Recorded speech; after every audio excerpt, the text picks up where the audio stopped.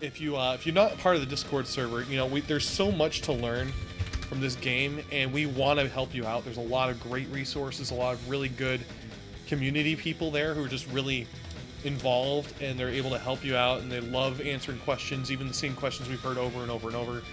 Join the Discord. It's a really cool group of people. I can't like compliment them enough, because I'm just so shocked sometimes when I see somebody coming in.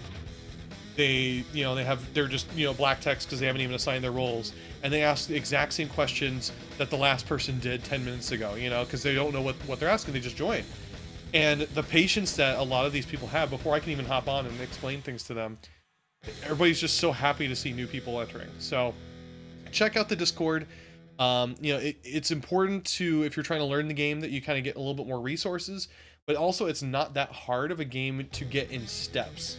You can start having fun in this game right away. You don't think you have to know everything before you can even get started. You don't read a textbook from front to back before you start playing the game, right? Just go to chapter 1, learn chapter 1, and start playing. And that's kind of how the game kind of works.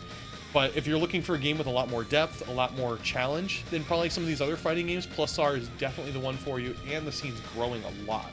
Since the whole Strive announcement, we've been getting a ton of players for Plus R. So check out the Discord. If you're on YouTube, it'll be in the description. But if you're on Twitch, you'll see it right there in the chat.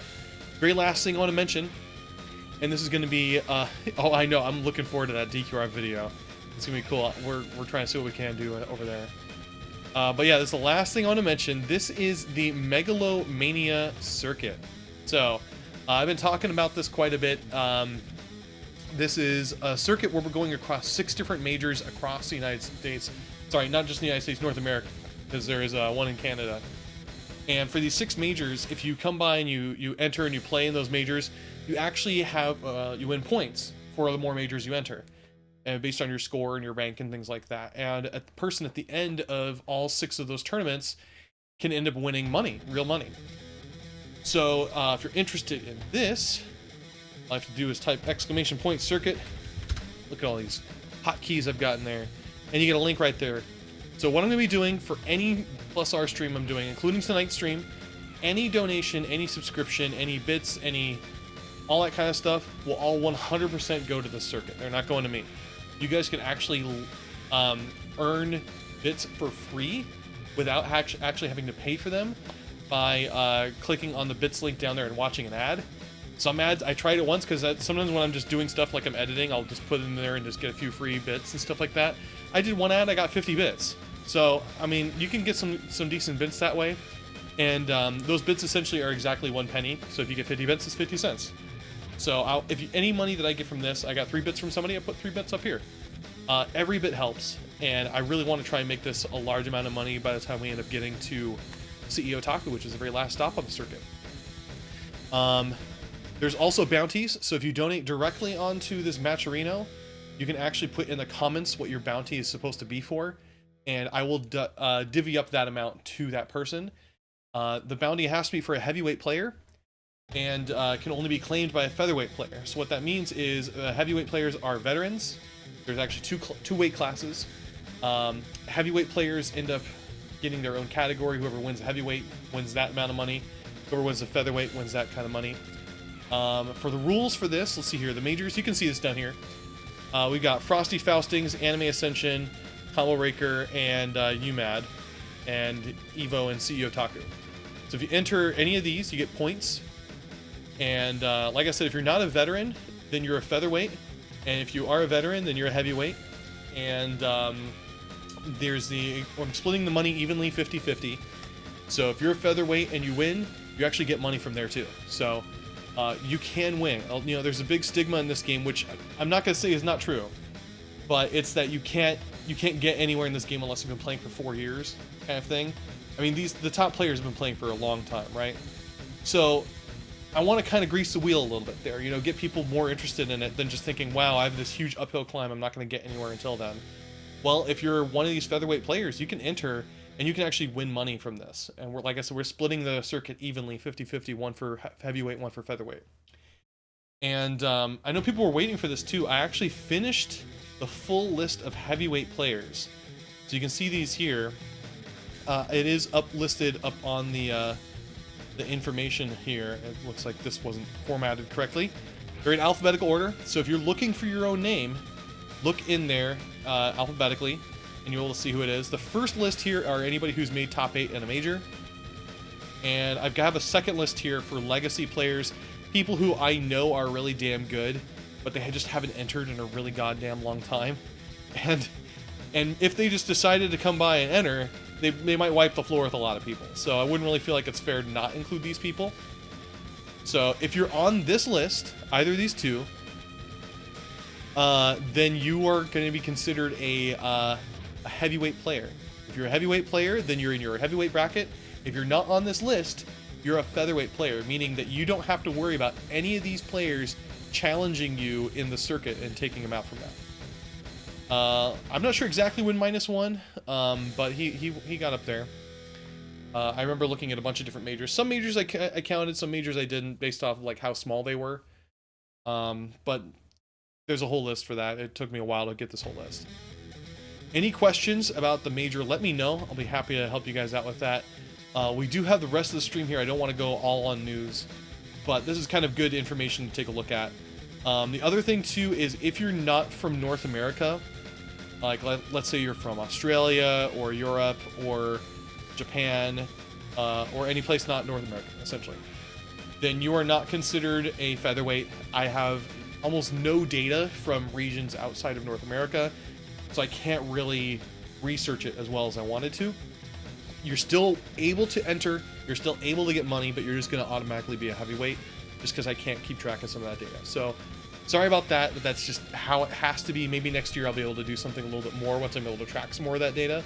But some of it's just, you know, Thanos'd away into time, and it's almost impossible for me to find that information. So in the meantime, here's our heavyweight list. You can check all of that out. It's in the rules in the match arena near the bottom. And yeah, let's go ahead and get started with the stream. So like I was saying, we had a Kumite for myself. Let me load this here. Yeah, Hirsch, no, you could do it, man. If you go in and you end up going to enough of these majors, you could actually win that money. You're not on the list. There's a lot of other people who aren't on the list too, I think, that could really take it. You know, Kizzy K, for example, doesn't really play plus R, but when he plays plus R, he does really well. He's not on that list. He could win the money for featherweight. And just a reminder too, if you win featherweight, you're automatically considered heavyweight the next year. If you make top 8 in anything in 2020, you're not going to be considered heavyweight until the next year. So you're not going to just be switched to heavyweight in the middle of the circuit. But yeah, any more questions about that, let me know. I'm happy to answer, and then we'll move on to the Kumite. And just a reminder too, any money that people donate, hey Tronzilla, any money that people donate was going to, from on my stream here, is going to go straight to that circuit for donations. So if you get bits from watching ads, or if you have Amazon Prime subscriptions, all that kind of stuff, that's all free. That can go straight to the circuit. So yeah, any questions about that, let me know. But again, any donations also, I'm putting straight to that circuit. I'm going to be donating some more once I'm done, you know, Christmas shopping and stuff like that, and paying for I hope my plane ticket and all that kind of stuff. So once I'm done with this next major, Frosty Faustus, which I'm definitely going to, I'm really excited for that one. Then I'll go ahead and put a pretty big penny in there. All right, so like I said, this actually does not have any audio. I ripped this from their Twitch archive, and I kind of been holding on to it and saved it for, I don't know, God, how long? 9 months now? Just kind of seeing if they're going to upload it, and they just never did. So, you know what? You snooze, you lose. 9 months, it's been a long time. I want my Kumite to be out there. So, we'll be able to do this. Unfortunately, you won't hear Mike Z's great commentary on this. But we'll see how things go. So, we'll start here. Because there's no audio, I'm just going to put some Guilty Gear music on in the background. And you can just kind of hear that while we're playing. And I don't know exactly when certain things like button configs and stuff like that are going to be over. So there might be a little bit of downtime in between things. So we're just going to kind of chat and stuff as certain things load. So we'll get all this kind of stuff done.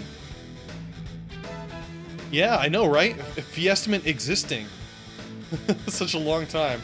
What's kind of cool is I actually have my own little icon I made for Fiestament, so you can kind of see his name right here.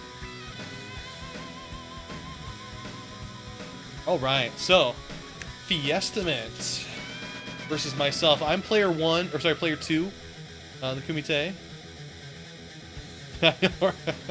This is the missing link version of Pride and Glory. Alright. So I gold burst right around start, going for the big brain tech right at the beginning. So Fiestament is, Testament in general is a character where he'll put in backwards facing projectiles. And against Baiken, well, against anybody really, a backwards facing projectile is going to make you attack based on a block from that direction. So like if you were to dead angle a reverse EXE beast, it'll actually dead angle the wrong way. So as Baiken, you really have to know how to deal with that. And you can actually do some pretty cool things if you're aware of it, and you're kind of a little more conscientious about it too. So if you're looking for some of those kind of stuff, you can actually work around it and kind of make it help you out. So I'm not doing too well this round here. Baiken's pretty short. She can actually walk directly underneath those skulls without really getting hit from them. I've got him in the corner. Baiken's really good in the corner. You know, a lot of times she fishes for counter hits, so that's kind of what you want to look for. Did an IAD right at the beginning there.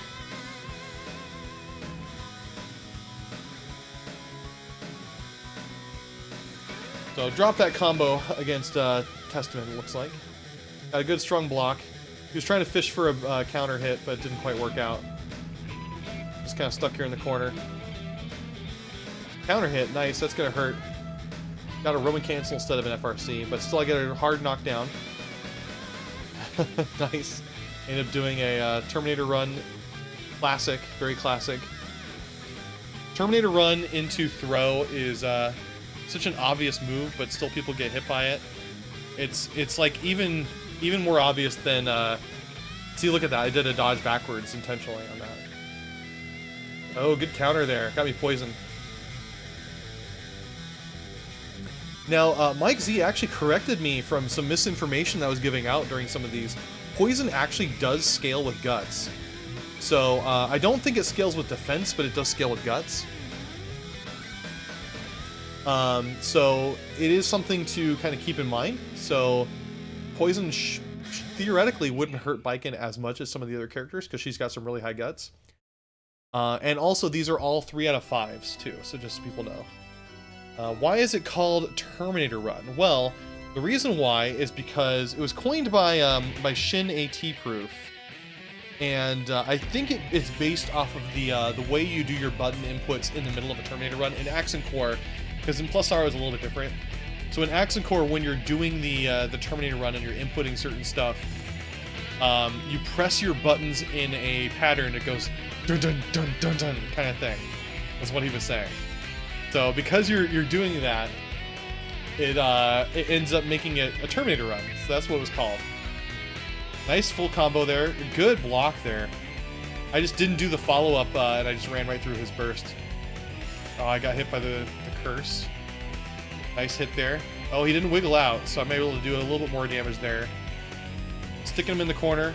Good block on that part. Doing pretty well so far this round.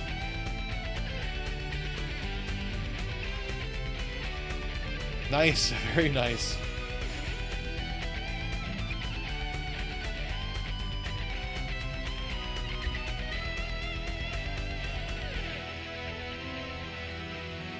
Set up here, off the side. Good Sakura. Picking that up, just trying to keep him stuck in the corner there. Like I said, a lot of Baiken's combos or damage has to deal with doing a counter hit. So counter hitting into tatami mat, counter hitting near the corner, stuff like that is where she's really going to get her damage, especially in the corner. She can't really do too much outside of in mid-screen unless you're doing like IAD, telling that kind of stuff. She actually has a fair amount of distance, and that was a nice super. Running straight into Terminator Run. That shouldn't have hit me. Okay, I've got no health left. I am a round ahead at least. Yeah, ended up getting hit from the reverse EXE beast there.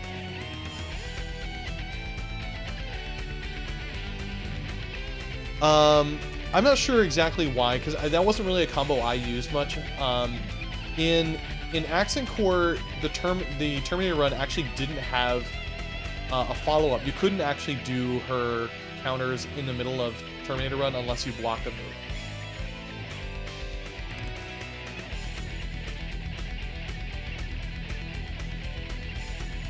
Yeah, all of her stuff requires carrying into the corner. So you'll do combos that just extend like height. So you'll see here, this was 9 months ago, and it's almost shocking how much I improve, like from watching my old videos kind of thing.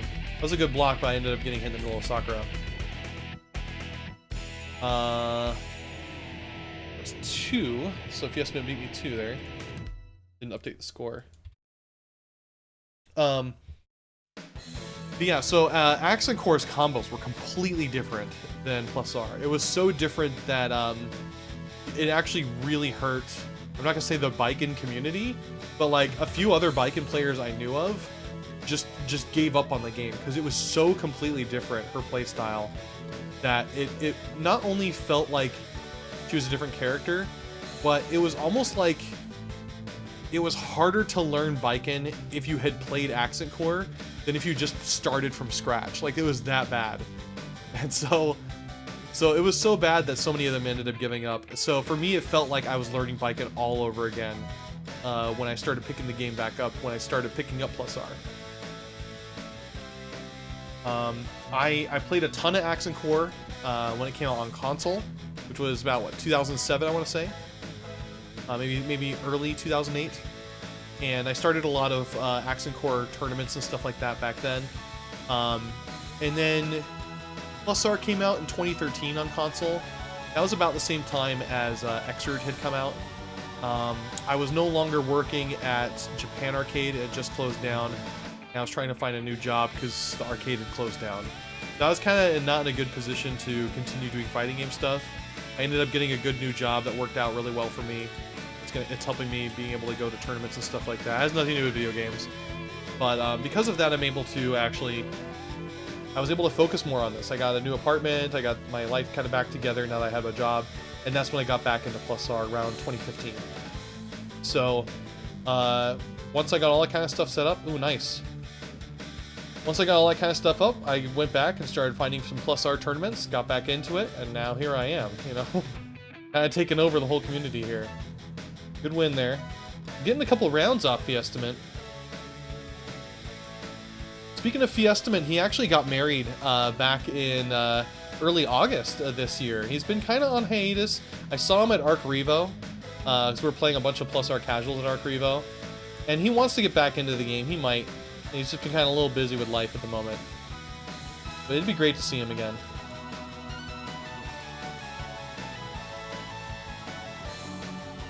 Nice 2K.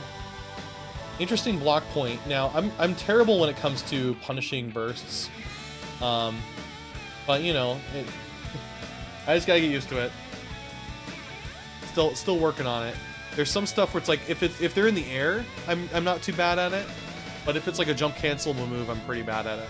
So, Fiestament beat me 3-0. Not too much of a surprise there. Fiestament's an amazing player. So let's wait and find out who we got going on next here. I'll take a look at chat while we're doing this.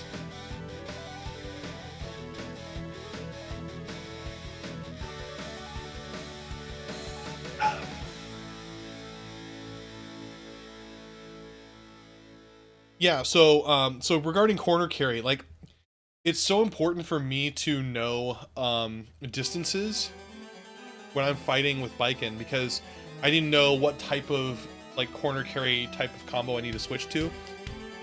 And because of that, I actually need to have landmarks, and I kind of know where all the landmarks are on all the stages to know which combo I can do and what time kind of thing. So there's my normal combo, which is if they're about 1/3 away from the corner, where I'll do jump S, jump D, FRC, instant air dash, into jump H, into air to Tommy map, and then I can do a corner combo from there. If they're further, like about half screen, I can switch that where it's jump S, jump D, FRC, air dash into tatami mat and then bounce them off the air, and I do a slightly different setup instead of jump H. And that sets things up for that. That's a little harder to do, but you see Wukash do that particular combo more than me. I end up doing the other one more. Back here at this one, I really didn't practice that kind of combo as much, so I wasn't as aware of it. So I actually ended up doing a lot more of, you'll see it where I do jump S, jump D, FRC into jump S, jump D again, just because even though they can recover in the air, they're still really close to the corner. So it really sets me up for other stuff. So just getting that distance so they're closer to the corner was a messed up. That was a pretty cool setup, but it just messed up the follow-up.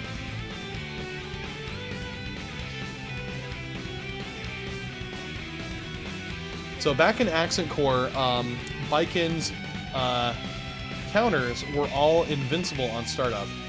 And they were a little bit slower, but they also had that invul on startup. So it was really a different kind of guard cancel. Here they're not. So there's a lot of better ways to bait it if you're doing this. But dust loops are no longer viable. It was a thing you could do back in Accent Core and other versions too. I mean, the Dust Loop website back when Accent Core was out, the entrance was an image of Baiken doing jump D, because dust loops were so important. But they were so critical that you'll even see players where, like, if they're still really used to Accent Core and they try learning plus R, they're gonna do like the dust loop setup and it's not really gonna work, but they're gonna still like do one loop of it and then the opponent's gonna fall down.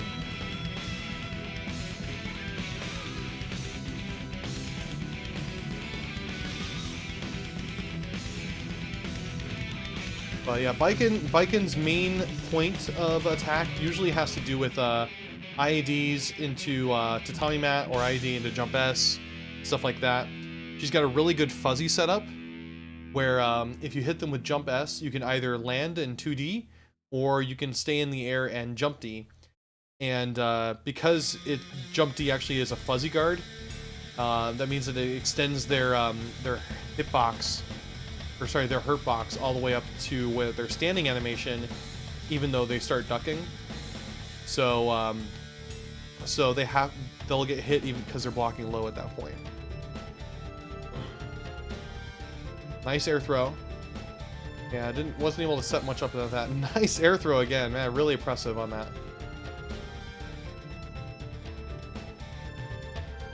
Just a kill. Pop quiz hot shot. You got no health left and Baiken has 25% meter. What do you do?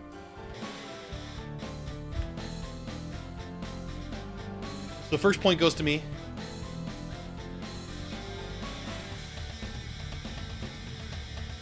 See here, playing a little bit of normal.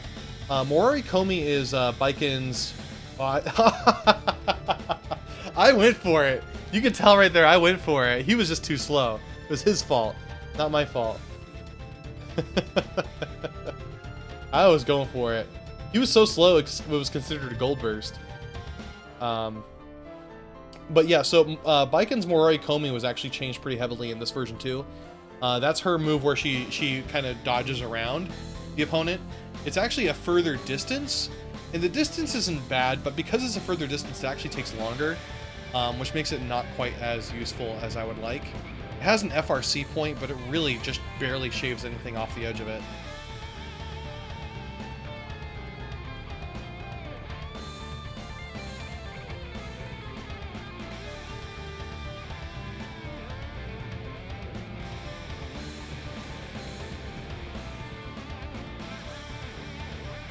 There we go. See, I didn't want IAD too close to him. Kai has really good anti-airs. His 6P is just incredible. So I'd be really careful if I'm going for any sort of instant air dash setup against a Kai player.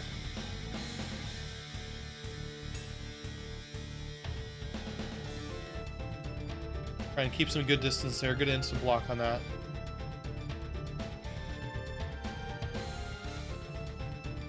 You can see right there, I IAD'd straight into Faultless Defend, because I really wanted to kind of... I'm assuming as a Kai, he's going to be trying to anti-air me. So I kind of want to do more empty jump stuff against him. That was a risky Yozansen. Because if he blocked, I was vulnerable because I actually didn't have meter for anything. One thing that's kind of interesting, I didn't notice this about a lot of other characters, but for Baiken, if you end up doing, say, tatami mat in the air, you actually have a landing recovery, right? So I can actually block on my way down, and then when I land, I can't block for a certain number of frames. I think it's 8 frames.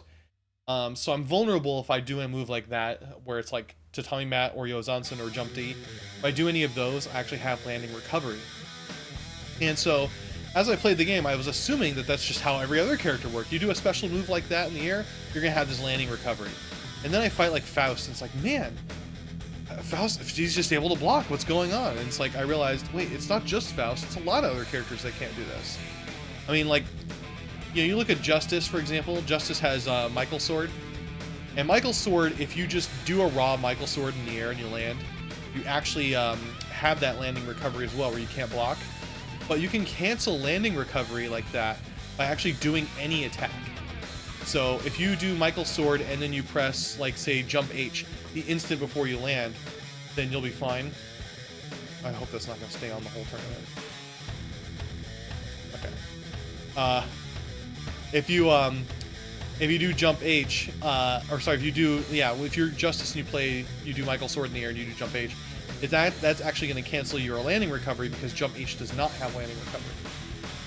So with Baiken, you can't really do a lot of that stuff. So you do tatami mat in the air, you're going to have landing recovery unless you Roman cancel it. Same with jump D, unless you Roman cancel it, you're gonna have that landing recovery. So because of that, go for a second loop there. Yeah, it couldn't quite work out that way. It had too much gravity. So because of that, like, let's say you're doing Baiken's Tiger Knee Yozansen, which is her instant overhead. If you do that, you actually have landing recovery, which is not good. But if you kind of delay it, where you don't do it the very first frame, you know, like, because Tiger Knee Yozansen is, it's a 6-frame overhead, but it takes 3 frames for Baiken to jump, so it's a 9-frame overhead. Oh, we got Blitz coming here. This is going to be good. So if you do a little bit later, like, let's say it's 12 frames. I don't know exact amount of frames, but let's say you do a 12-frame Yozansen. So you delay the Tiger Knee 3 frames. And it gives you just enough time to start pressing jump P before you land. Then you'll cancel your landing recovery, and you'll actually be able to recover in time. So that's actually a technique where you're going to do a slower Tiger Knee Yozansen in order to make it safe.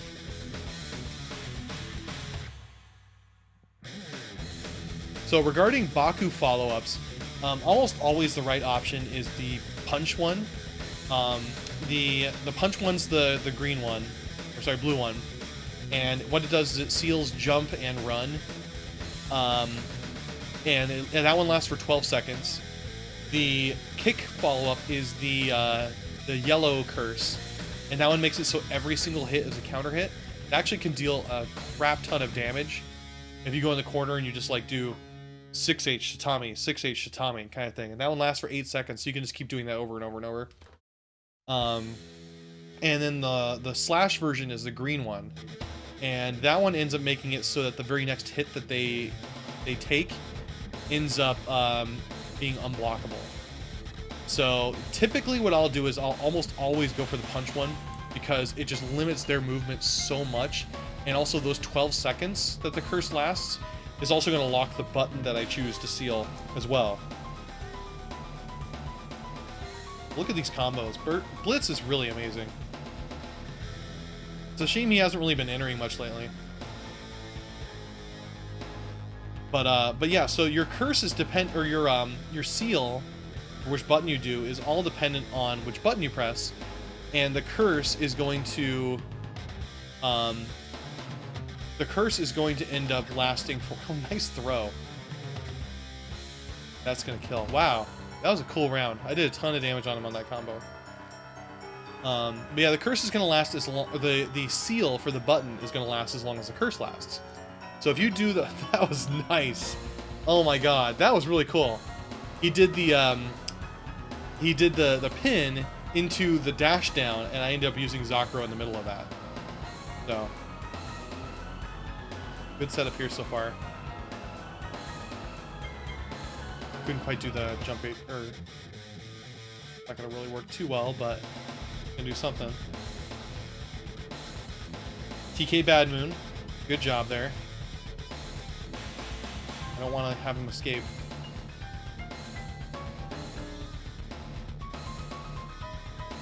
Let me do a backdash there, trying to get out.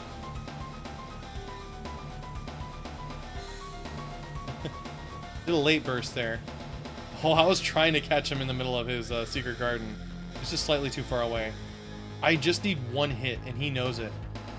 Come on, don't drop this. There we go, just gotta tag him. But yeah, like, let's say, for example, I seal... I fight Johnny, right? And I seal Johnny's jump and his dash with my my blue seal. And I also choose the button as heavy slash. For 12 seconds, he cannot jump, dash, or heavy slash. That means he can't even throw. So, like, if I go to throw him, he can't even throw tech. And it's really bad. It's really tough for Johnny to deal with something like that. If you want to be really tricky, you can seal dust, and then they can't do a burst anymore.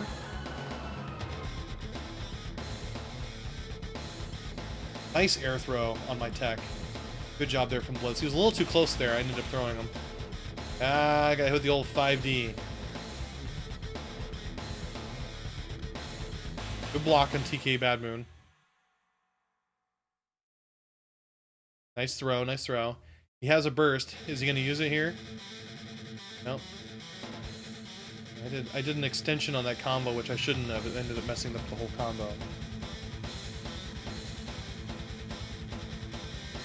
Right, so the sealed button, you can do on any of those three curses.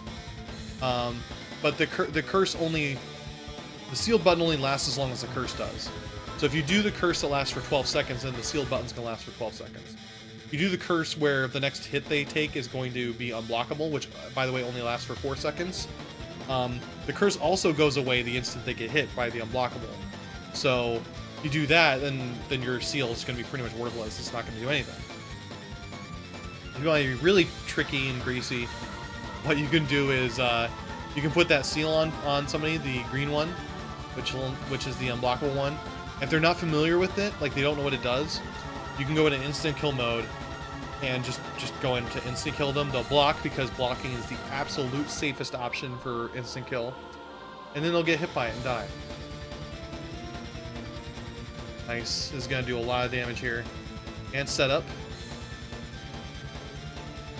There was a more optimum damage combo there, but I don't think I wanted to try it because I just really didn't want to accidentally mess something up. I thought there was less hits than that. It's pretty good IK. It's not the best. Millia's is the best, I think, because it just hits anywhere on screen.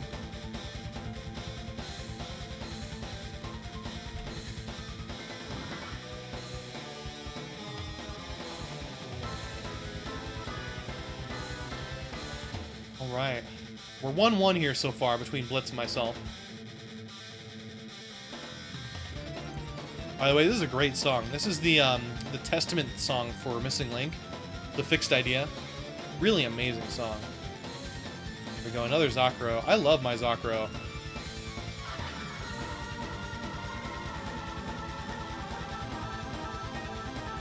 He really doesn't want me to get out of there. You see that with my Oren, which is Baiken's move where she goes around and she kind of dodges around and hits overhead and reverse and all that kind of stuff. It's not invincible in startup. You know, all of her, unless it's Baku or Moroi Komi, which is her dodge, they're not invul on startup, so they're not really useful for stuff like that. You saw me right there using Yoshigen, which is her anchor that flies upwards, and that move is weird. You don't want to just throw it out there unless you really know what you're doing. Nice counter hit there. Gonna lead for me just to getting better position here. She ended up escaping. Good burst there. Yeah, Yoshigen's really good on counter hit because I can set certain things up, but it's also part of her normal mid-screen combo. So something to keep in mind there too.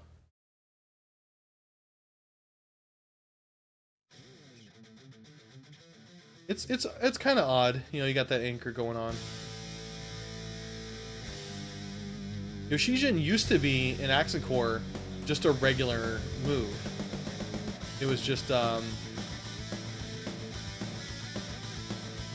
sorry, no, it used to be a counter. In this one, it's a regular move. It used to be a counter. She didn't have Zakuro, which is the ground to air grab, which is actually a hit. It's a strike, so you can actually block out of it. But yeah, she didn't have Zakuro. Zakuro's an old Guilty Gear X move, but it's also in her EX move list and has been for a while.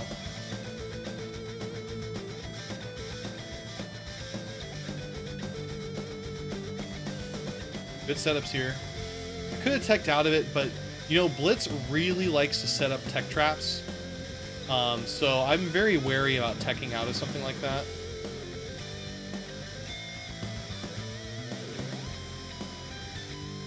Nice setup there. Very, very cheesy, or dirty there.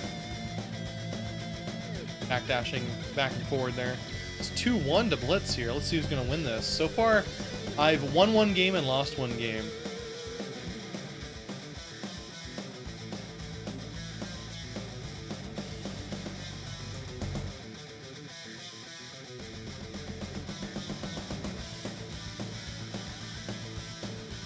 And some solid blocks here. Good straight up footsies. Blocked wrong way there. Blitz is really going to fight for his pin. He loves that pin. So if I guard that position on the pin, he's going to go in on his own, you know. He's picked up the pin now. If I'm going to use it, you kind of want to watch for that. Secret Garden. You know, the thing with Secret Garden, a lot of times it's not really used to hit the opponent, it's used to control the space, right? So if they know where you're going to go, because you're not going to go where the Secret Garden is, then they can then control that one other space that you're going. You have a very small lane of where you can move.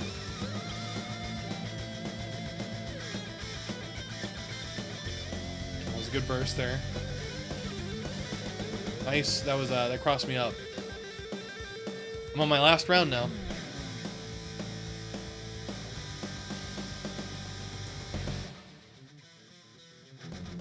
Nice.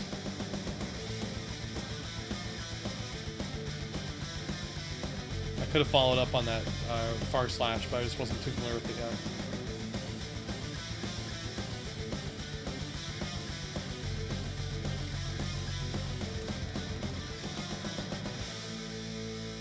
Alright, I got him away from the pin. It's going to take a lot for him to get out of it. Ooh, that's going to hurt. Oh no, I dropped the combo. He set right back up to the pin. Very smart movement there.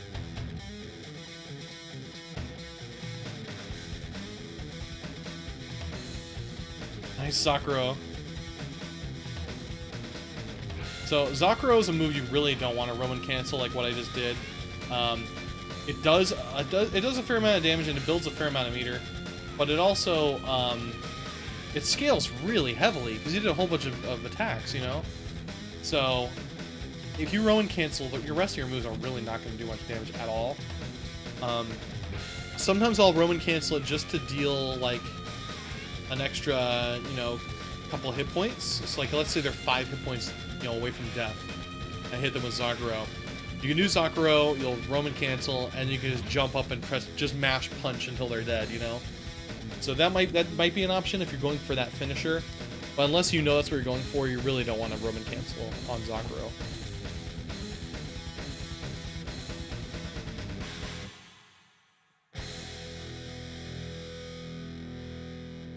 Well, if you look at their, it's not that each hit adds proration, it just cranks down their guard bar.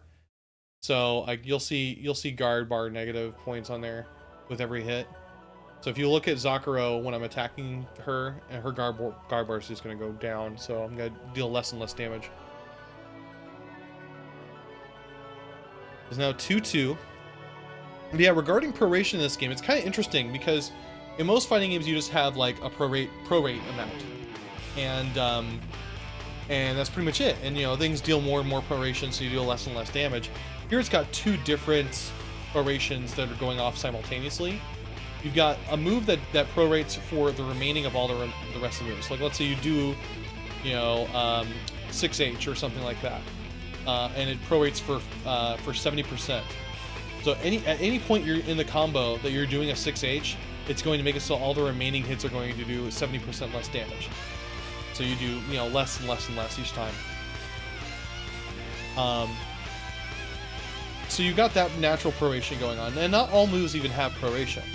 What all moves do have is guard bar damage. So you'll see that pink bar underneath your health, and keeps going smaller and smaller as the combos go on, and you do more and more hits.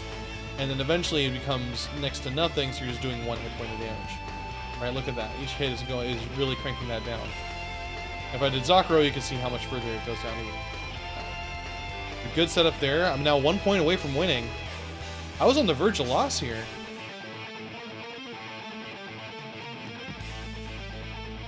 And he's having a hard time dealing with Sakura. One out of the corner there. Nice. Oh, I was going in for a throw. Good block there. Oh, did not mean to dead angle. I didn't know I had 50% meter right at that time. Not a good position. Don't burst here. Don't burst here. Alright, cool. It's gonna be a decent combo if I can get it. Added an extra punch there. Yeah, that's not the right move to do. Because that punch and ended up messing up the combo. This is gonna kill. We're now in the final round here.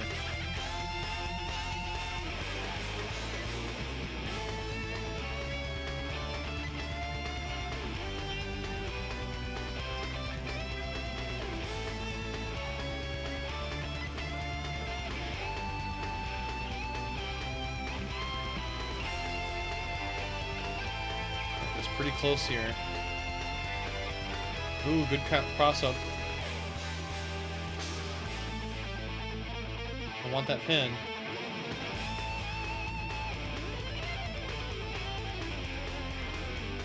Yeah, I'm really intense on this. Like, oh man, don't screw up.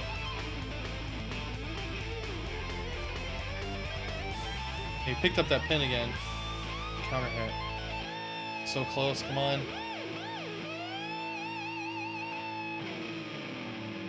Oh, I Roman canceled because I thought he was going to block it, but he didn't. I wasted 50% meter there.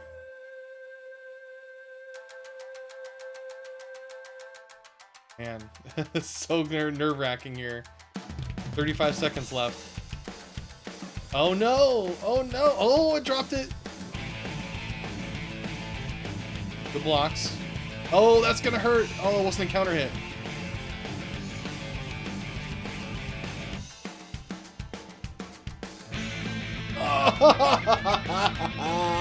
Baku! Oh my god. I like this cam that you can watch down there. You can see our reactions. We're both laughing. Man, I love this game.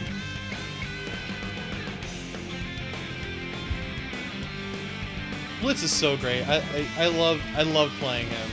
I had so much fun playing with Blitz when he was over at Super Arcade. He just hasn't really been showing up to anything since then, which is a shame.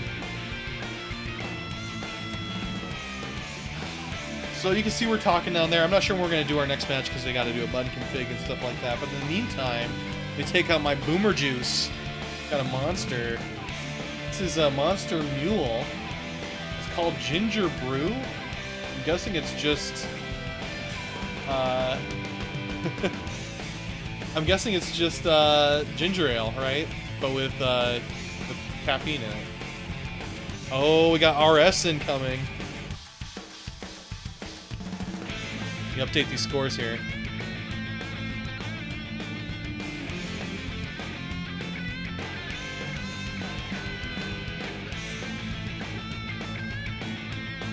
You know, and honestly, Blitz improved so much after that because we kept playing over at Super Arcade, and his Secret Garden game is nuts. He'll lock you down in the corner and just put the thing, you know, going back and forth. What was it, 191919 kind of thing, and he'll do it where it won't even hit you, right? That's the worst position, where if you did anything, it would hit you. But if you don't do anything, it doesn't hit you. We got CRS here. Got him in the corner. Gonna go for my hard combo. See, here, I think I was under the impression that I had to add a punch to it. I really don't have to. So I've improved on that since then. I know that combo a lot more.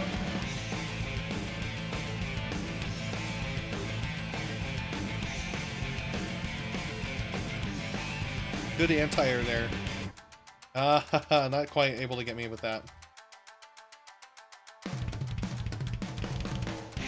Oh, I was just slightly out of range. That's gonna hurt. Clean hit. Oh.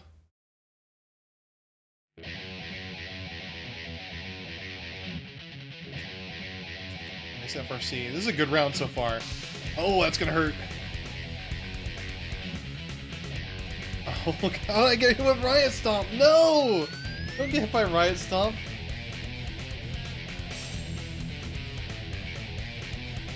Come on. Yeah. He was expecting a super. Look at that block. Oh my god. Yes. Come on. Get him. Oh. Oh, I should have had that one. Oh, I should have had that one. Oh my god. That was dumb. Oh my god. The scrambles were real. Scrambles. Look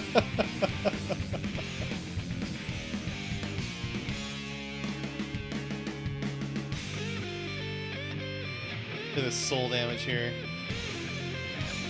Yeah, nice try with those Riot Stomps.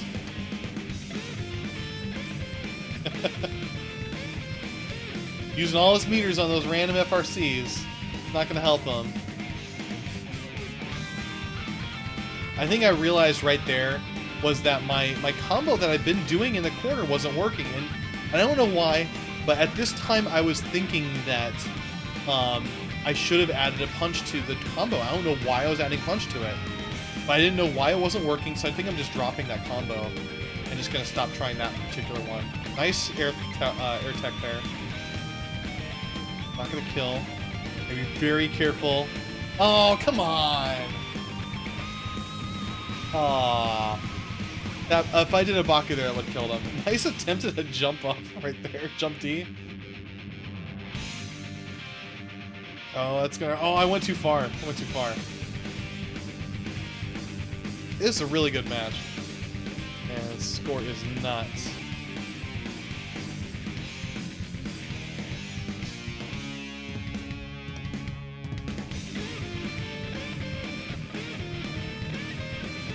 Come on. Faultless, there you go. Ah, I tried. You saw that. I tried it. I went for it. I went for it. I want to make you proud, Wing.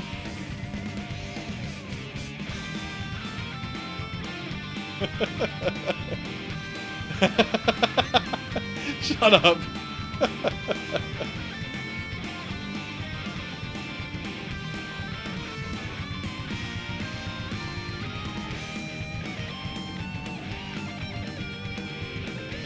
Wild throw. Freaking grappler character here. So the trick with that is just don't mess with it. With Grand Viper. I could guard cancel Grand Viper, right? It's not easy because you stop blocking low for an instant and you get hit, so I have to actually block low, block normal, block low, and then go down. I have to do that perfectly. And I mean, I can do it, I've done it, but I don't want to risk it because the pain for messing it up is just so painful. You know, you get a Grand Viper clean hit. So I just don't mess with it. I don't counter Grand Vipers. 2-0 so far for RS. I just gotta say too, this is my first time trying this monster. The ginger ale one. It tastes like ass. It's terrible. So, would not recommend. The one thing I was wanting to do was get some sort of like montage of like players, like really good players. I tried again, Wing. I tried again. I almost freaking had it. Ah! I tried. I was so close. I went up there. I jumped at him. I got close.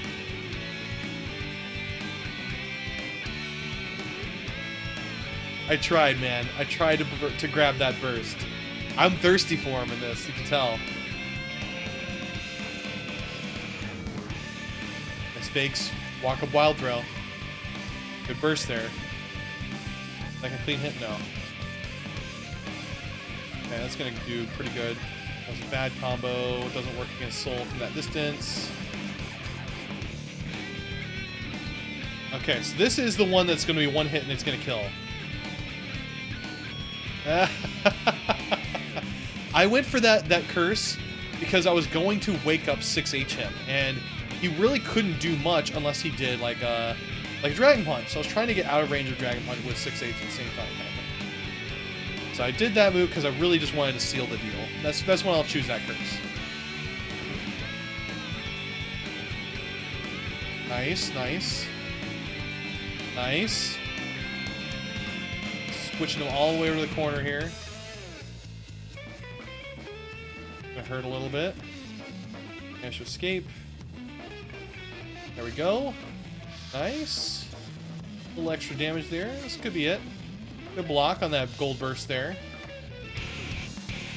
Wasn't in distance to actually throw that gold burst. Oh no, what was I thinking there? There we go. Nice kill. 2-1 now for myself.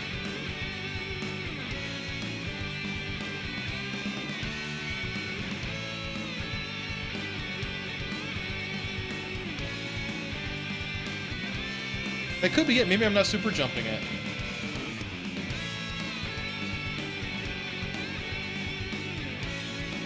Man, that wild throw. This grappler character, man.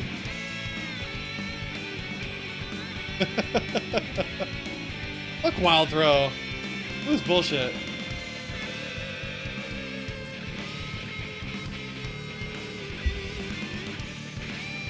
Nice Yoshijin. Good air throw.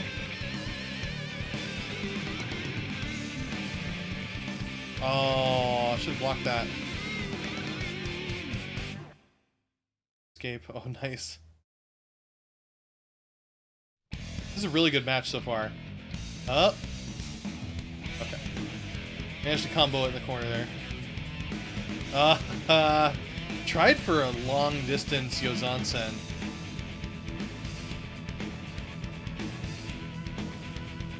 He did the kick follow up, which kind of messed me up for punishing him on that Dragon Punch. Oh, come on.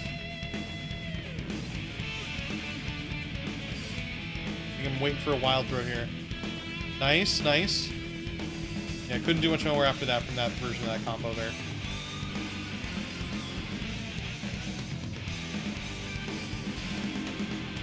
There we go. Come on. Oh, not right. Not the right combo against him. That would have worked against Johnny, but not Soul.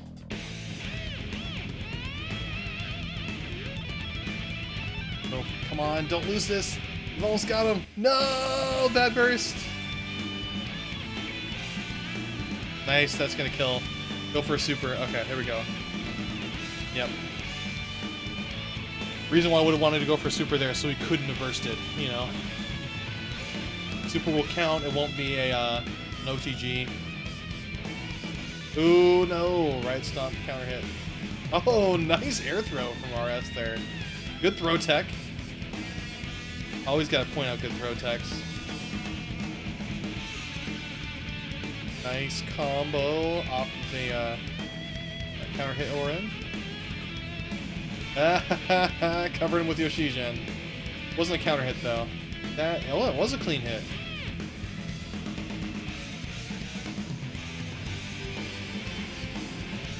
Oh, Pro Tech. No, it didn't work. That's gonna be it. That's it right here. Yep. Still good games. Very, very fun match there against RS. Wow. I could feel the energy there. Or I'm feeling energy now. Look at me down there. I'm not having it. I'm upset. My match against Blitz, we're both laughing. And then here, this one's like, let's move on to the next one. Not having it. Oh, we got Red Witch coming up here. So this is not the only Baiken mirror match you're going to see tonight. We also had Hellmonkey come by and visit. Please, I hate Baiken mirror matches. Everyone hates Baiken mirror matches.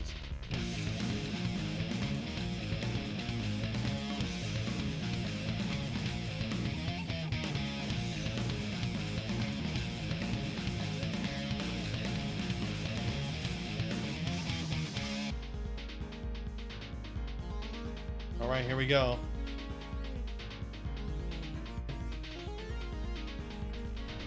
Both just sit there. You can see we both just do like quick little ticks and then stop attacking, right? No block strings against Baiken.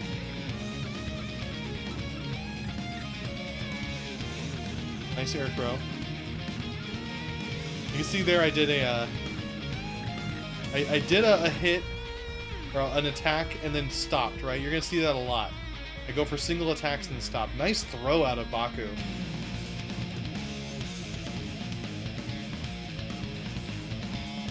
Oh, come on. I thought I blocked that.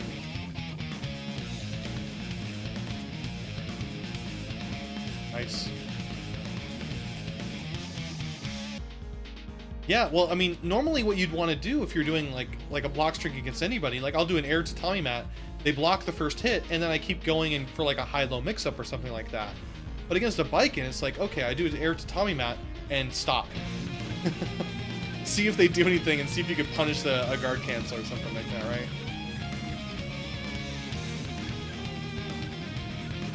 Nice throw.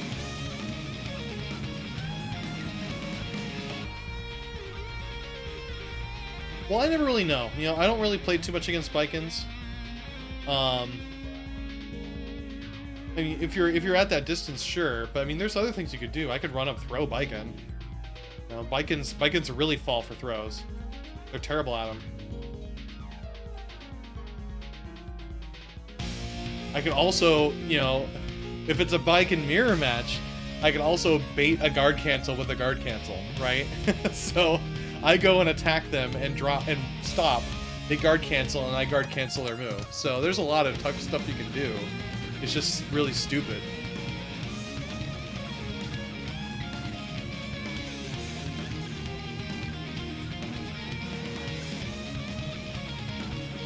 There's a lot, yeah, there's a lot that you can actually do outside of Sakura. Baiken's 2D doesn't go around Sakura like some of the other characters' 2Ds will, like Kai's 2D or Order Soul's 2D. Those all go under, or regular Soul's 2D. Those all go underneath Sakura, so you can do some pretty good Sakura bait with those.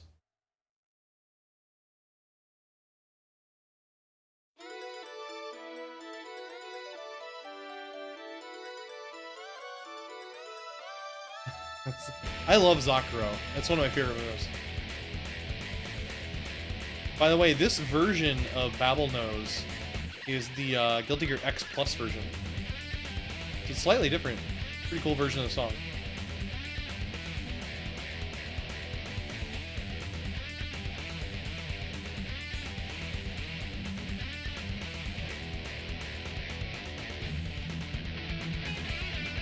So you'll see that super that Red Witch did didn't really do that much damage. You know, a lot of these supers in this game, and like a lot of fighting games too, you wanna use them with only a single confirm.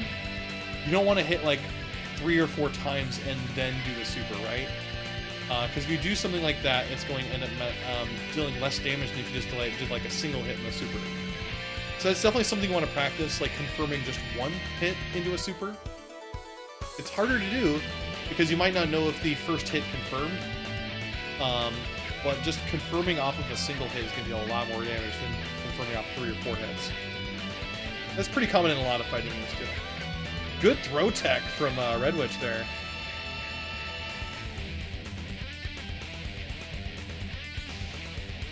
There we go. You can see right there, a lot of empty jump or empty air dashing going on.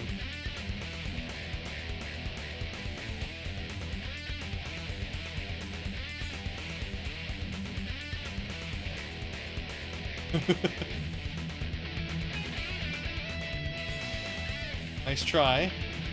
You can't really get much off of that. You know, the force break tatami mat is a good move for... Oh, nice Baku. Very good setup there. She's gonna go for the guard cancel. Or the counter hit one. There we go.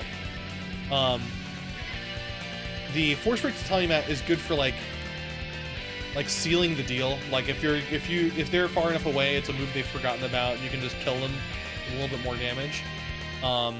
It is a move where you can do force break tatami into FRC, into IAD, tatami FRC, and that's really freaking hard. But it is a move you can do. I don't do it.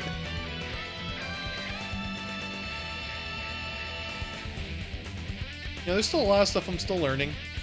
I'm still practicing a lot with the Kairi tatami stuff. I've never really been good too much at inputs. So for me, a lot of the times for me to actually practice these combos, I actually do drills in the morning kind of thing, and do certain stuff like that. Because there's stuff you see. Oh, I tried. You saw that? I tried that one.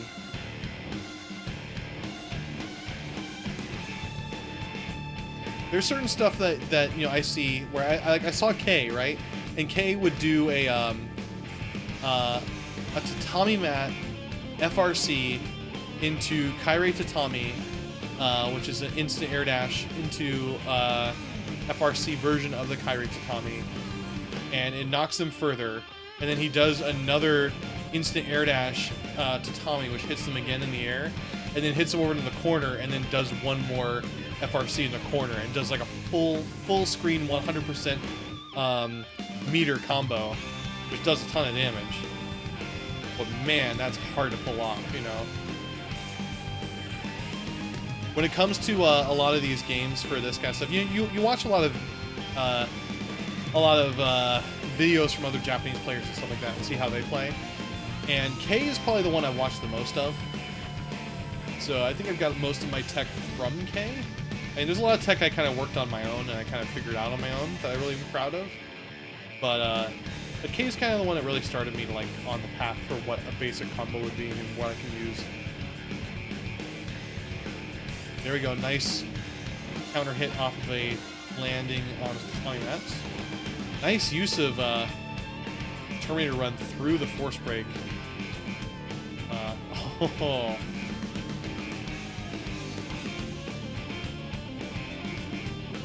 That's me at 3-0.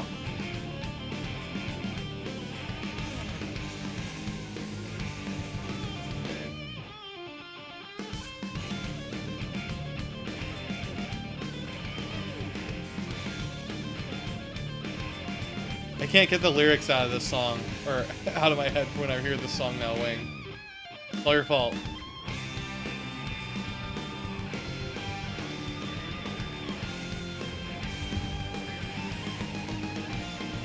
Dry martinis, chicks and Lamborghinis.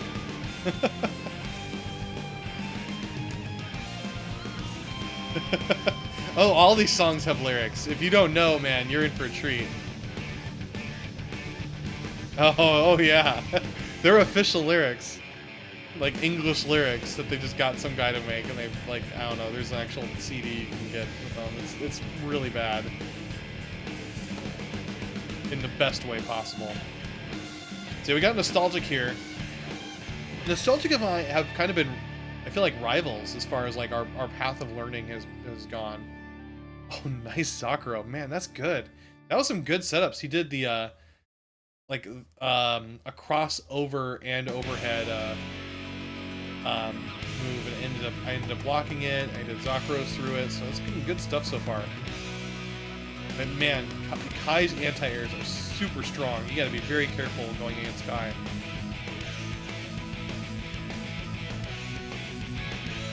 They're okay. There's some that aren't too bad, but they're not the fun ones. The fun ones are the ones where, like, oh my god, what are they saying? I love Midnight Carnival. They're just trying to be like edgy little fucks kind of thing. Like, look how edgy we are. This song's so brutal. And it's like, this song is not brutal. I love Midnight Carnival, by the way. It's like one of my favorite songs on the soundtrack. Good throw tech there. Nice cross up.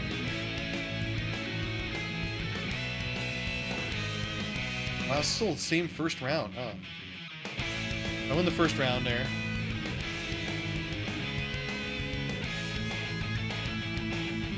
Yeah, Guilty Gear's kids game, that's why it's rated M, right?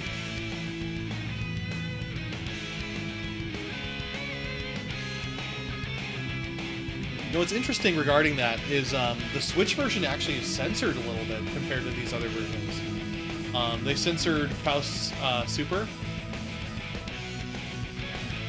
So it doesn't actually show him poking them up the butt. They just kind of like flash the screen white at that time on the Switch version.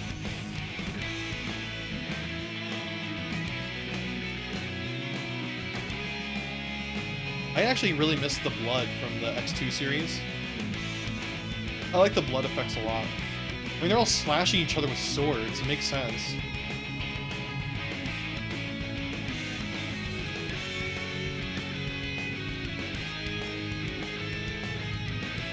Ooh, nice try, but didn't work.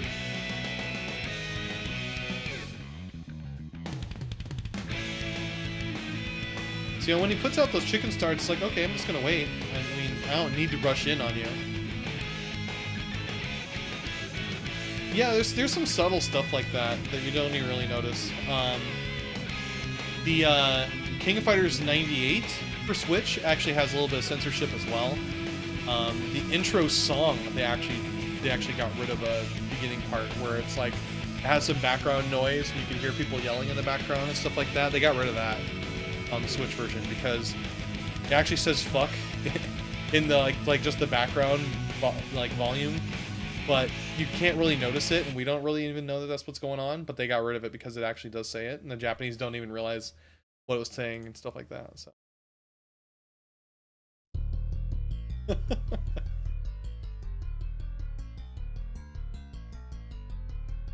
nice, he didn't tech that throw. That was, I think at this point it was a combo I was working on. It was like an extra extension on there. Nice Yoshi-gen. So the those, well, I call them chicken stars, but it's his stun dipper force break. Nice try again. Nice try again. I was going burst heavy on this. I wanted to catch some. But so for those force break stun dippers, they're 2 hits, and you also have to faultless defend them. So I usually try and just get rid of it by either hitting it twice with 2 tatami mats or actually going in there and blocking it twice. Because it does absorb projectiles, but it's only 2 projectiles. So you do 2 projectiles against it, it's going to go away.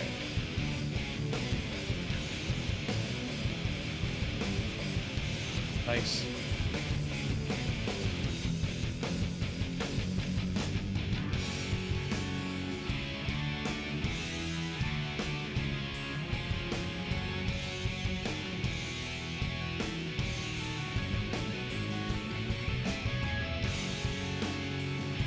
Oh, at the end of each match, they're supposed to kill each other? Well, I mean, there is actually a lot of blood in Guilty Gear Missing Link, like on the stages and stuff like that too. You know, I mean, every character has instant kills, but yeah.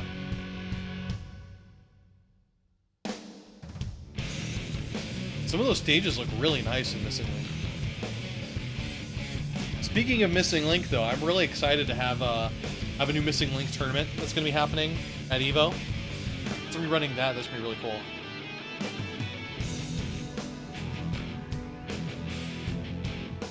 So you can see here, I'm kind of trying to keep my distance. I have a hard time getting in on Kai.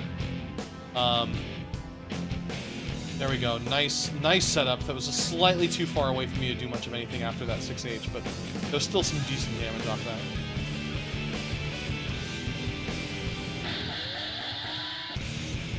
Nice Yoshi-gen. Couldn't really get anything off it in the corner. Still really nice setup there. So Kai and Nostalgic in particular is really good at going for those anti-airs. So I just gotta be really careful and go for a lot of empty stuff. Because if I go for empty stuff, he's gonna kind of assume that there's more empty stuff. He's gonna anti-air a lot less, right? Things like that to keep in mind.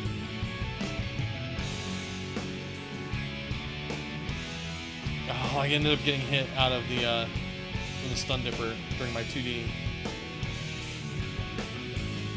Baiken's 2D is a pretty interesting move. It actually has a higher hitbox because you can see it's like 2 of her feet kind of swooping around, and so it's got some interesting stuff with it.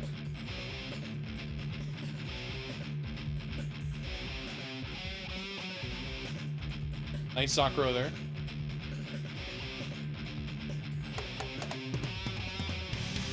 Nice setup. No meter to do much after that. Still decent damage.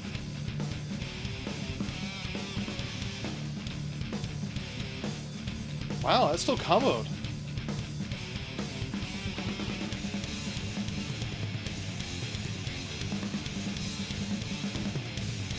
Pretty rough here. Good blocks. Good blocks some more. Trying to keep my distance here.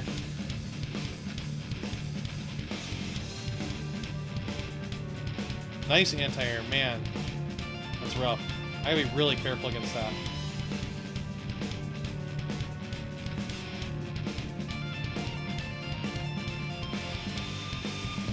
You see me here, I'm just being really cautious, right?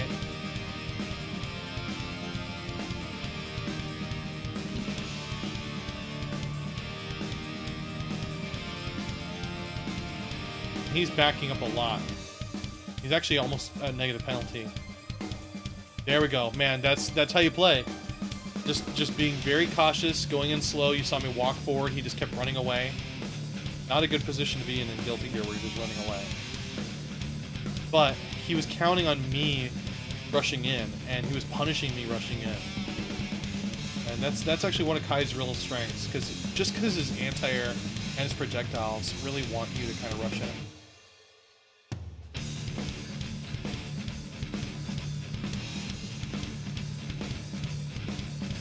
Oh no! I thought maybe the stun dipper would have gone away at that point. That was that's Tommy, or sorry, a Tiger Knee Yozansen, which I Roman canceled. Man, a Roman cancel Tiger Knee Yozansen in the corner leads to a ton of damage. Nice.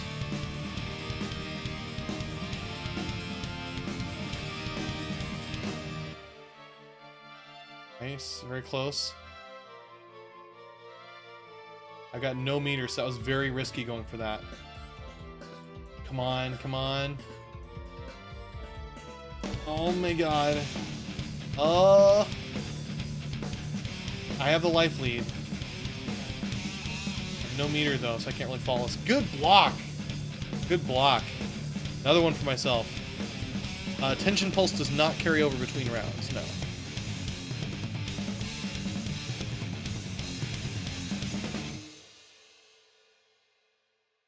The only way to carry tension over any sort of tension between rounds is if your opponent does a taunt after they've killed you. Then the opponent gets 50% meter. But no, that's not tension pulse, it's just regular tension. Oh, didn't block that one.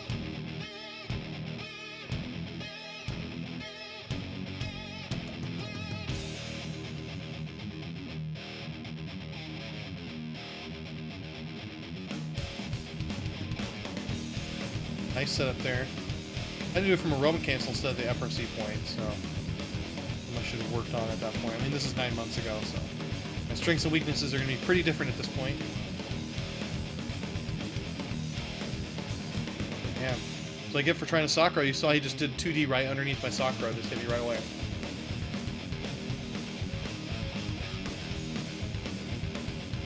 Solid throw. Good block.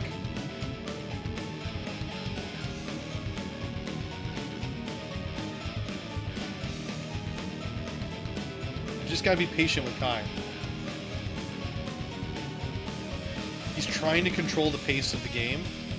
Don't let him. Just wait for him. You know, just be patient.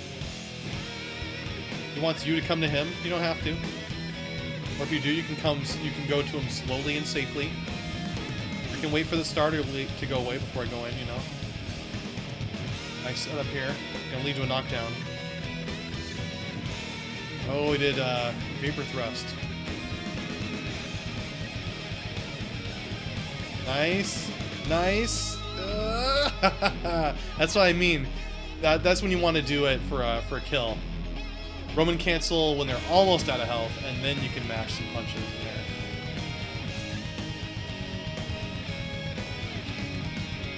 But only do that on a kill. It's really not worth it. He just had barely any health left.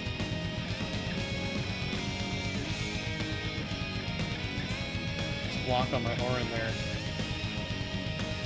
Nice throw.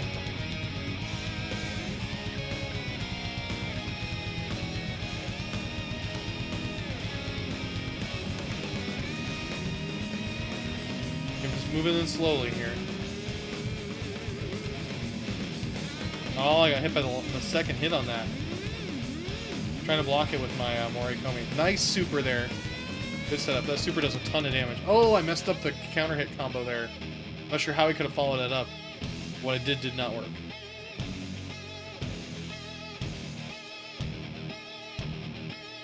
Good blocks. Just putting it in there. Trying to win through attrition here. Nice, nice, nice. This is just to the right distance, so if I did the force break to Tommy, I could have confirmed afterwards. That's exactly what I was waiting for him to throw a projectile at that distance.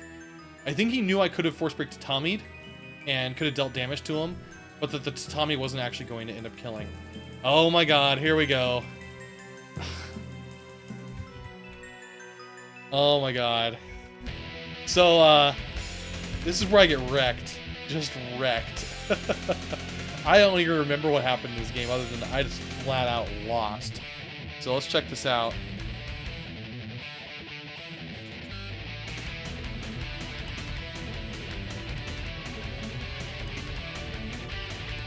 I actually do go for a lot of Oke as Baiken. She only has 2 lows and no overheads other than jump air overheads, so she doesn't really have much of a mix-up for that.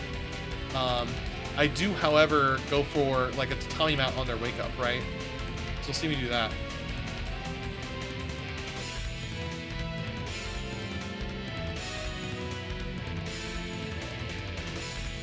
Good movement here from Hellmonkey. I'm doing okay so far, but he hasn't really warmed up yet, I don't think. Good burst on my end. Nice, nice. Nice. Oh, that was supposed to be a throw. Good Baku. Good Baku.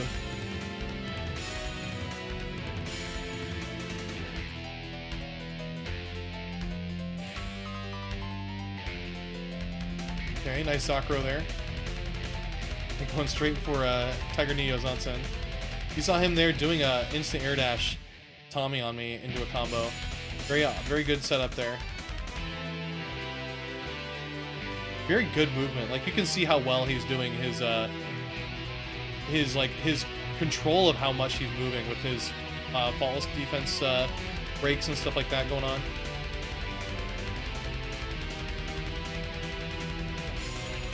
So he's got the movement, but he's still getting hit by a lot of stuff I'm doing.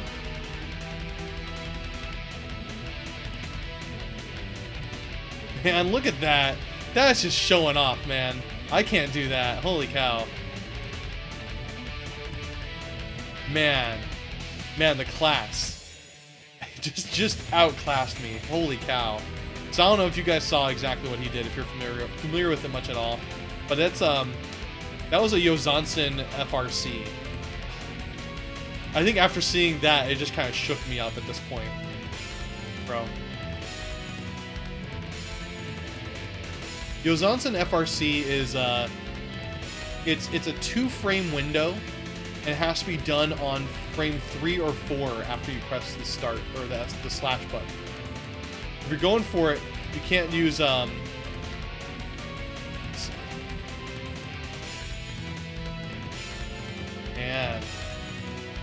just beat.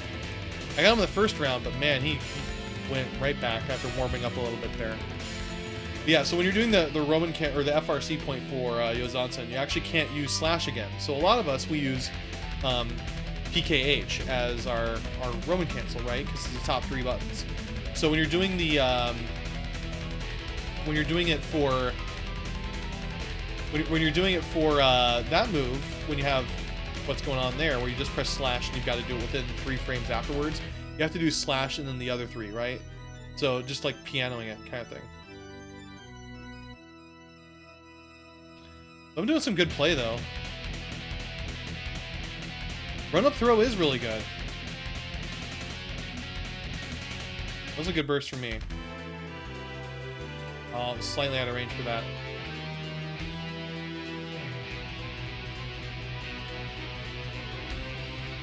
Nice blocks on his point, just walk up and throw. Come on, what am I doing here? What am I doing? I'm not like that. I always tech throws. Well, not always. Like 50% of the time I tech throws. But I should be doing way better. Nice setup there. He did the Roman cancel, which got me.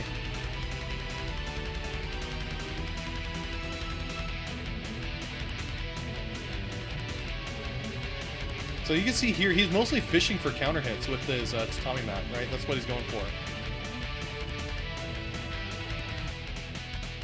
Run up throw again. Why am I getting hit by that? That's so frustrating. I'm way better than that.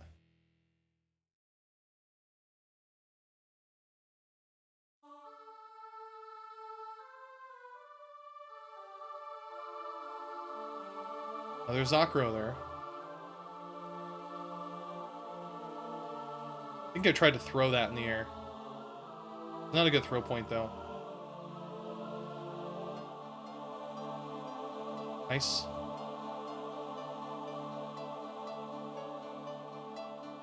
Nice throw again.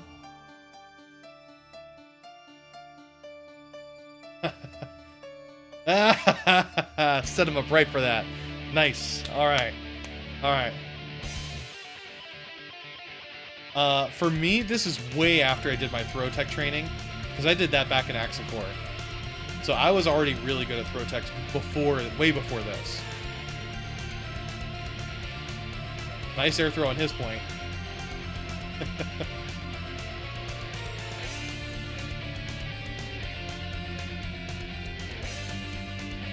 Nice setup there. Nice. And not good health there. Haha! That's what you get. There we go. That's what I want to see.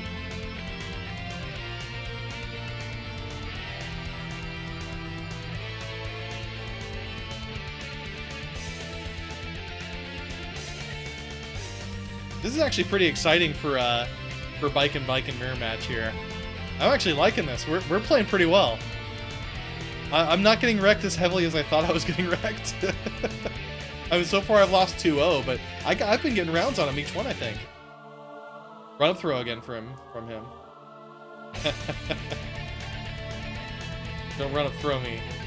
Not anymore. Okay, this has become complete throw war. This is BS.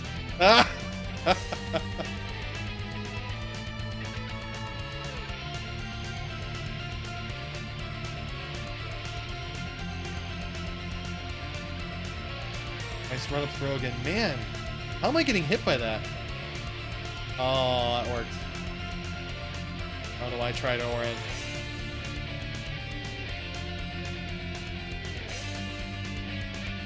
Yeah, no, it's frustrating because no, I'm actually really damn good at throw teching. It's like one thing I'm really proud of that I'm good at, you know. But that's why it's so frustrating, because I should be way better than that. I don't know what's going on. Nice anti-air there. There goes the throw.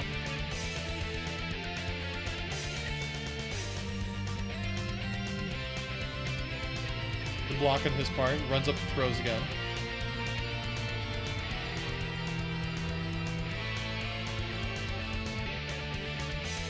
Nice Sakura there. Nice, nice. A little too far away for me to do much after that. Oh, I got counter hit. That's a shame. I shouldn't have worked like that. Good old Zakuro over and over, right? I mean, Yozansen. Gonna be it here. Run and throw. Man, that's frustrating. I think... I don't know. Because with me, I never run and throw that way. I always follows defend block for throw as a throw break. He was doing the weird dash break throw, which is a weird one. So I think I'm just not used to seeing it like that. So I think that was what was getting me there. Like, it's definitely not the best way to do the throw, because you can just get hit if you do it that way. The other one covers you blocking and throwing. So I think that might be why. Like, maybe I was looking for a faultless defend or something like that. But still, good games, Hellmonkey. Really good games. He has really amazing movement. So I appreciate that. I was surprised how well I did, to be honest.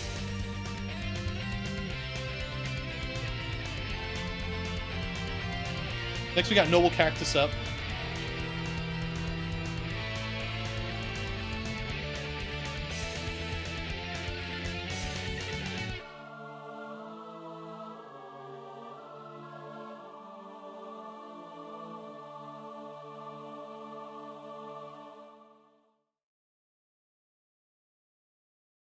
Oh, Lilium. Okay.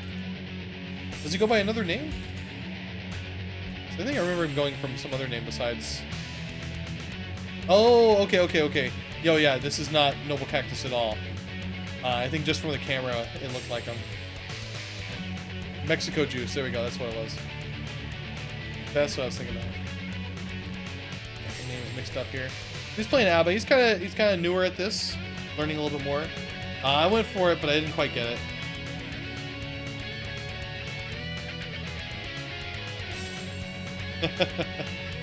Figure I might as well try it, right?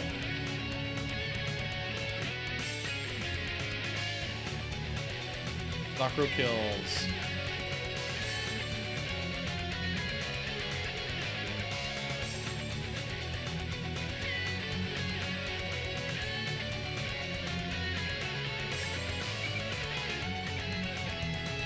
So with A.B.A, he needs to get meter, right? So he actually needs to transform from one version to the other. And usually what you'll see A.B.A do, they've got 3 blood packs. They're going to switch with one of the blood packs into Miroha mode.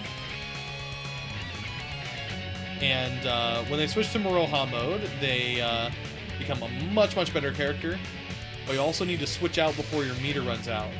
Otherwise, your opponent gets a free punish, and you don't regain health, because as you're in Miroha mode, you actually deal damage to yourself while you're dealing damage to the opponent. If you use a blood pack or you transform, you regain that health. Both of those different versions are going out, which is the command grab and the blood pack, give you different amounts of health too. So, not falling for it. He went for the unblockable setup, I think. 1 point for me.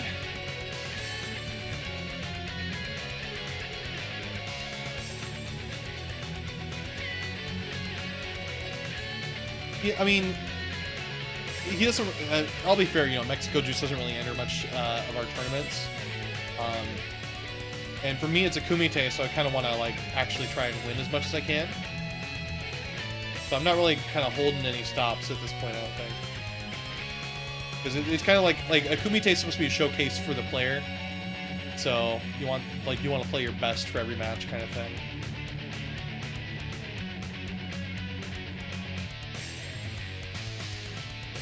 Oh, I shouldn't have done that. Here comes Daredevil!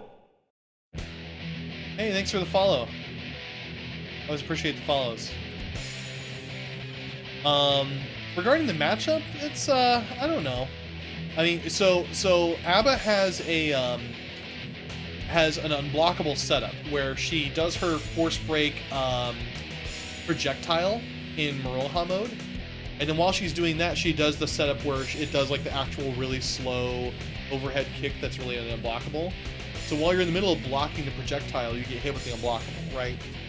Well, Baiken doesn't have to worry about that because it has more Orikomi around it or guard cancel and I'm done. So you can't really do that setup against Baiken.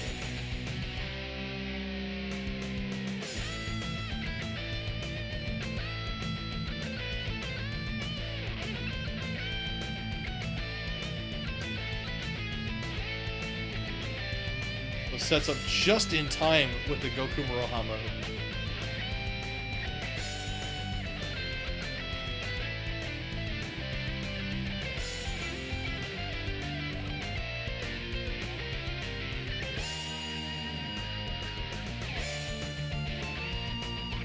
Alright, that's point number 2 for me.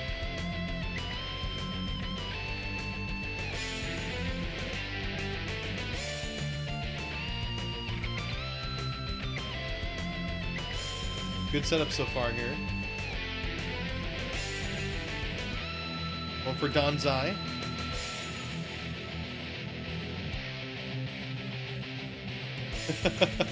Yeah, surprisingly, I actually play Guilty Gear. I hear I play Guilty Gear. Nice combo there. Wow. That was some improv there, I think. Just Yozansen on Wake Up. See, that's Oki right there. Going for TK Yozansen on Wake Up. There's actually a couple tricks I do on Oki that I like to do.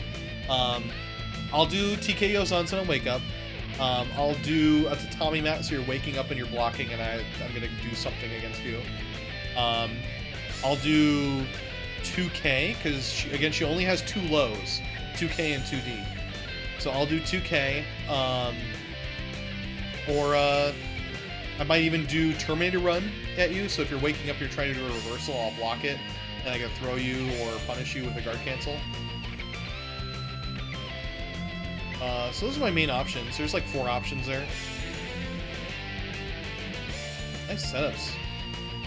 Yeah, Baku. You just you can't block her like that, you know, it's just... Sorry. It's how it is against Baiken or Zappa.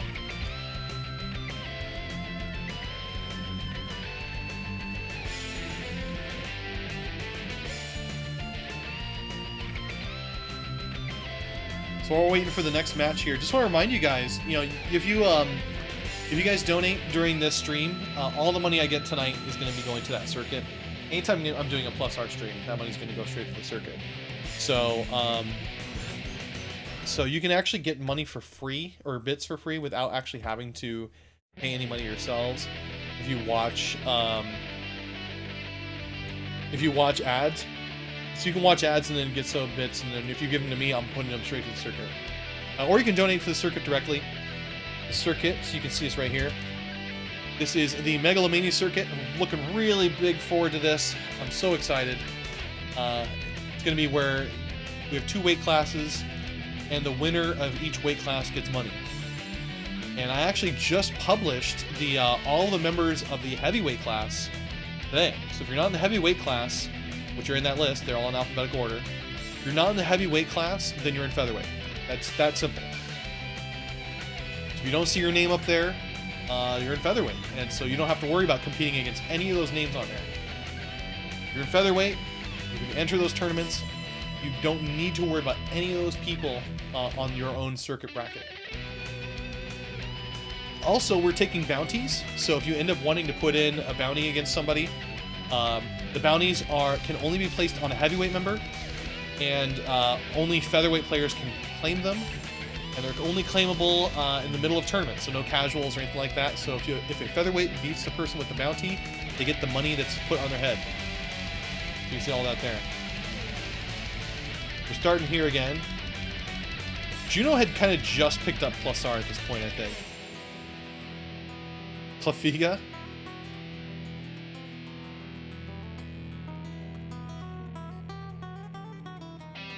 Hey, you know what? I know my name's uninventive. I could have just gone with like everybody else and did like first name, last initial.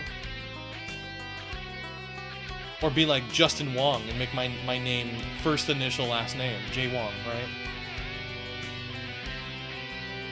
What? I lost to Potemkin. Who would have thought? Like on my BenQ monitor, it has a fighting mode. So it's supposed to like be better contrast for fighting games or something like that. And it was chosen and developed by Justin J. Wong. That's what it says on there. Because you always have to have their names in, you know, their monikers in parentheses, right? Need a little bit more height on there. Probably an extra punch or two. Make that combo work.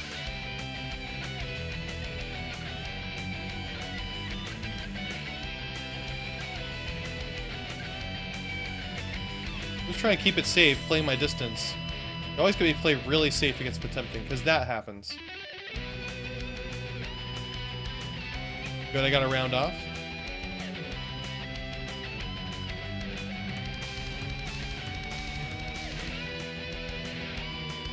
So, I mean, Juno and I don't really have any sort of rivalry, so I don't know why Still in the Dark is playing tonight, but there we go.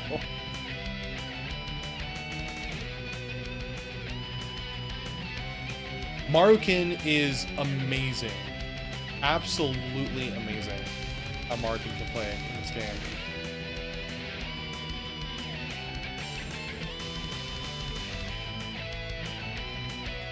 Nice super.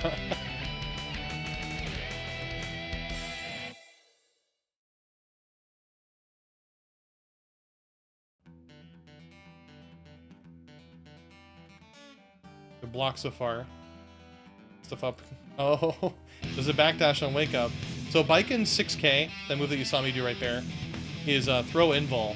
So I did that against him because I was kind of thinking he might do a like a throw or something like that. Nice air throw.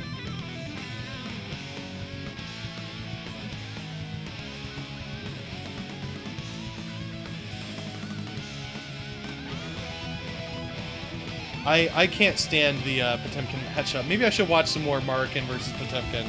Because, man, do I get wrecked by Mike Z. It's kind of interesting, too, because Mike, I've watched and played so many of his matches. By the way, check out on my YouTube channel, I've got a 1st to 50 with me versus Mike. So I have a lot of experience with Mike. And I notice when I'm seeing him play in these tournaments, because I'm watching all these tournaments, so I'm seeing every match that he plays, right? So when I notice a lot of these, like, oh, there's Hammerfall, break Potbuster before he even starts, and he does it, right? So I'm so used to seeing all these patterns, but then when I fight him, he doesn't do any of that against me. It's like, how am I supposed to learn against that, right? And if you even watch the 1st to 50, I'm noticing what he's doing, and he's changing his strategy up on me, you know? So he's not just like execute program Mike Z, you know, it's actually like, he changes, he's thinking about it, he's doing all that kind of stuff. People think he's just like, oh, just a flowchart, but that's only because people die to that flowchart, so he keeps doing it. If people stop, then he's gonna change it up. Oh, I should have blocked that.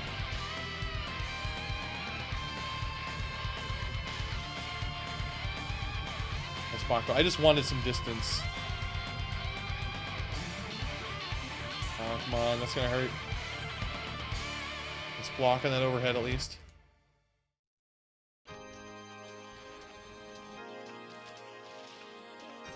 I don't know what you're talking about. Baiken's handicapped, so she's clearly, you know, giving yourself a handicap, right? So you have to play with a little worse of a character there.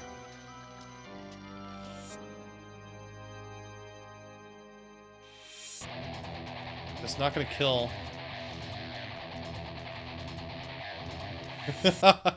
I was trying to be a little tricky there. A little tricky. It didn't end up working.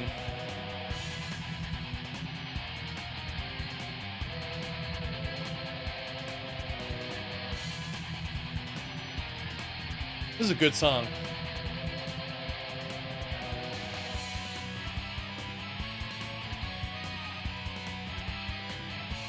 Okay, air Potbuster. So it's 1-1 at this point. Update the score. He's not blocking low, so I need to start actually putting the fear of him, me attacking low, into his mind. This stuff like that you gotta actually keep in touch for, you know, and look for. Got hit by that one.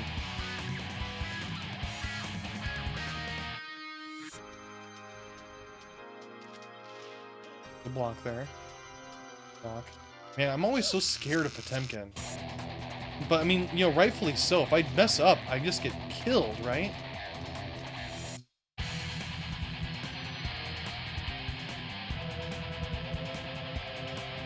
So close to dying. Come on. Oh no! Oh my god, no! Oh my god. All these mistakes. Oh man. Hey, Windy Man, how's it going?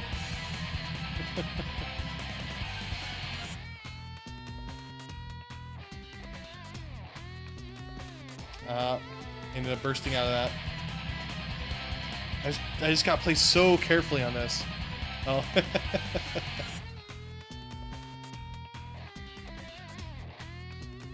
So speaking of Windy Man, I know I'm in the middle of a match here, but speaking of Windy Man, we are having an online tournament that he entered.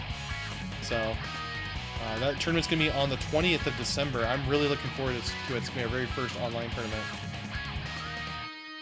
Killed. Man, I hate Potemkin, man.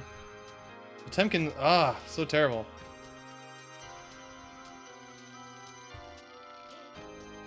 Potemkin's one of the best characters in the game, right? That works. Look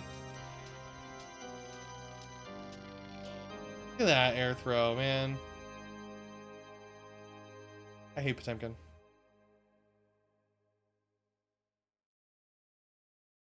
Okay, so I'll see here. What's this? A different version of Simple Life?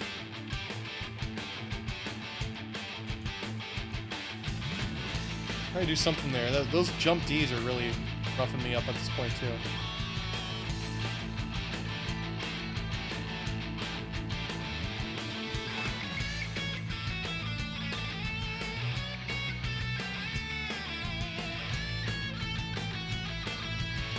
Nice. That's gonna kill Hammerfall. Oh, come on, no!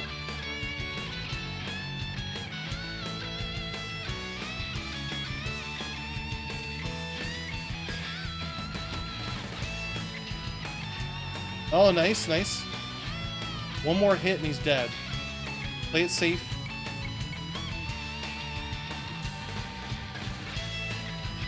Nice, nice. Okay, got it. Yeah, I don't have any of the Korean songs on this playlist. You're not going to hear those tonight. I actually like this live version of Bridget's theme a lot more. Being played by Ash.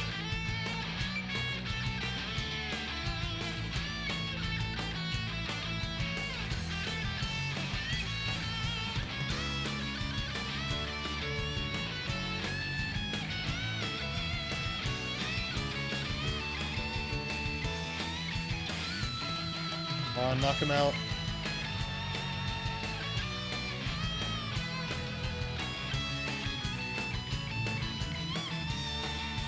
Look at that damage off one freaking Potbuster. Insane.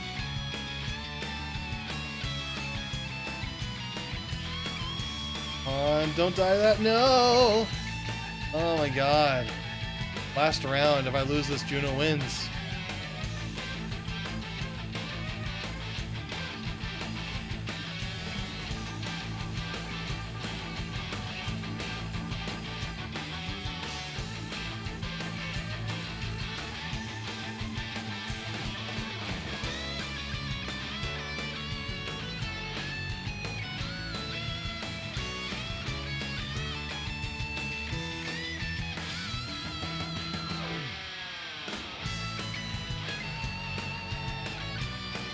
Yeah, I'm just watching this super intently because it's like, I really don't want to lose this. Oh no.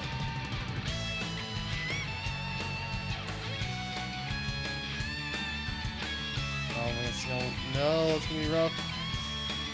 God, I'm making all these mistakes.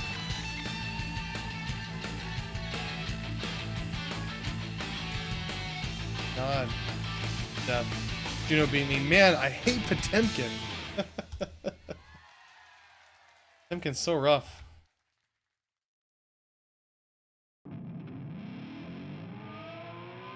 Fucking Potemkin, man.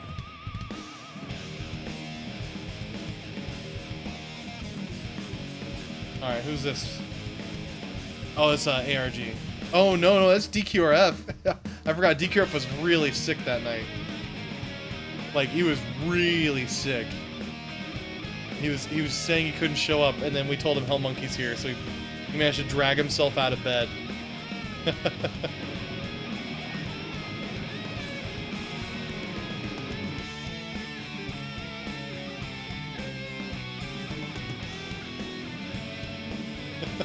Sick DQRF, man.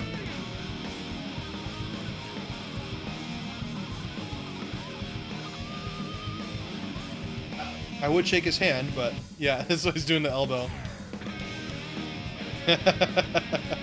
Nose fist bump, gotta do an elbow. Alright, here we go. DQRF time.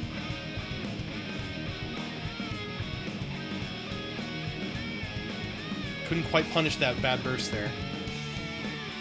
I'm kind of waiting for freaking wild throw, man. The distance on that gets me. I was waiting for Grand Viper is the thing. Like you fuck up against Grand Viper and you just take so much fucking damage. Yeah, see, I don't know what I was doing that whole tournament. I was adding a punch to that combo. So I think afterwards I realized, like, hey, what I'm doing is not working. How am I going to fix this? And I went in training mode to figure out that I was adding a punch on accident. It shouldn't be working. Not falling for it.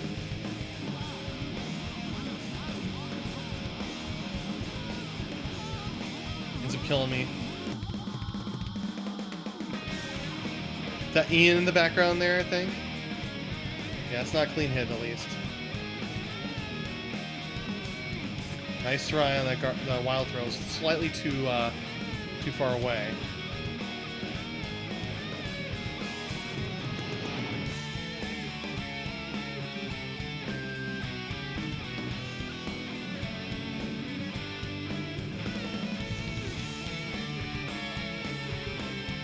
Good blocks on his point.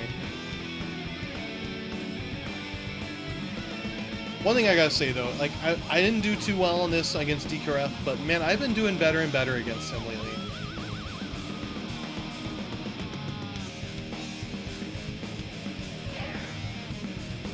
There's something WingZero said in the Guilty Gear Discord. Like I missed the I missed the Grand Viper and win DQRF. Not the play Unist and lose DQRF. Because DQRF's been playing a lot more Unist lately, so he's been going to some of those tournaments. You know, good for him. Unist is a big game. I have a lot of respect for Unist. It's like, you know, play more Guilty Gear. Just a little more Guilty Gear. So we're seeing about maybe crossing some of the scenes up a little bit, maybe putting some Guilty Gear over some of the Unist locals and stuff like that. We'll see how things go.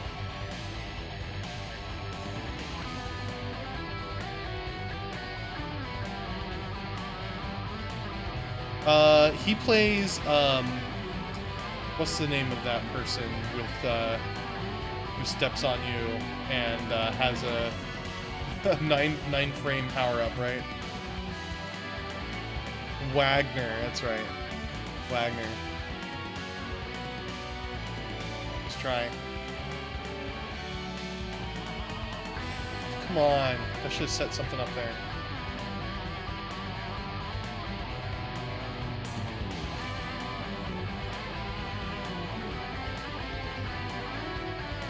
Yeah, like I said, I've got a lot of respect for Unist. It's a great game. Oh, no! Oh. Man, that DP. So strong. Nice Sakura there.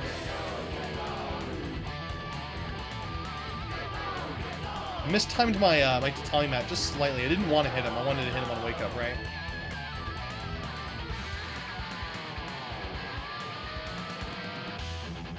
Burst. Man, he hit me with a 6P counter hit. Come on. Yeah, I thought that was a wild throw right there. That's why I jumped. Wagner's not the weakest. I know a lot of people complain about Wagner.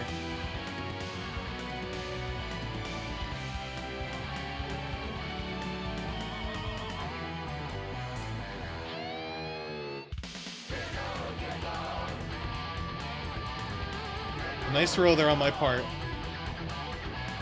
I want him to be scared of getting in my proximity too, you know?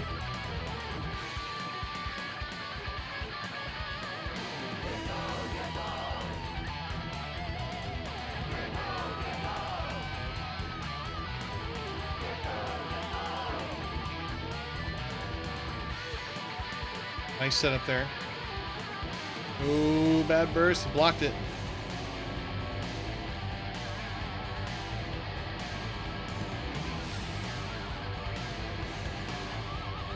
I don't know about that. Enkidu's won more tournament majors than like any other character, right? Enkidu's got to be really strong if that's the case. All right, another point here for DQRF. Just outplaying me, you know, those dragon punches just getting me. I haven't gotten hit by a single Grand Viper clean hit loop yet, and I think that's because of the way I'm playing. Like, I really don't want to get hit by that, but because I don't want to get hit by that, I get hit by more things like DP and Wild Throw, right? Really don't want to get hit by Grand Viper.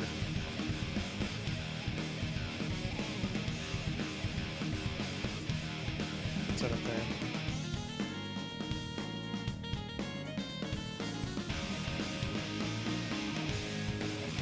Nice setup. Look at that.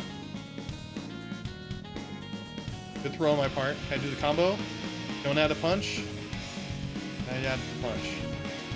Good block on his part, but wasn't able to punish. Sending him back to the corner, setting up a little bit of time at Oki. Could have jump canceled that, but I didn't. Yeah. That was the first thing I was guessing he was going to do, was that kick.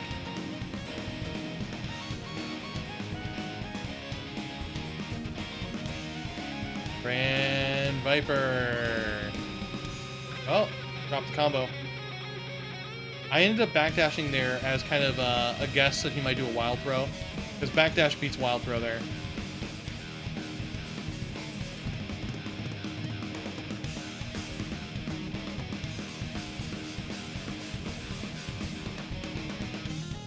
I think now he knows I'm scared of Wild Throw. He's kind of like not doing it, right? Because he knows I'm looking for it. And that's a good setup, you know. Somebody you can tell how somebody's playing, so you can actually mess around with their head. That's gonna kill right there.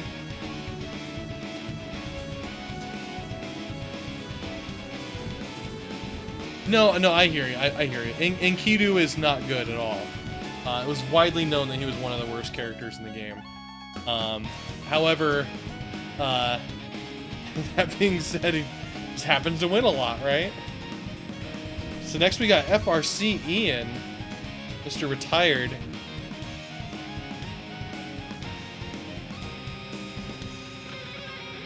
I'd love to see him back in the scene. He says he's just lost his passion for the game, but we'll see how things go. I'm glad to at least be able to play him, you know. Ian Chan.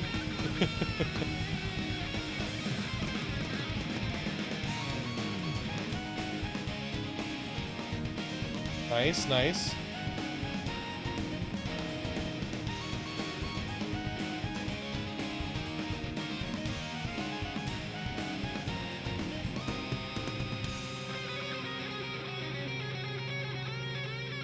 Good went canceled to low there. I wasn't quite sure he'd be able to do that. I'm not too familiar with Venom, like block strings. A good throw on his part. Nice setup there. Nice block.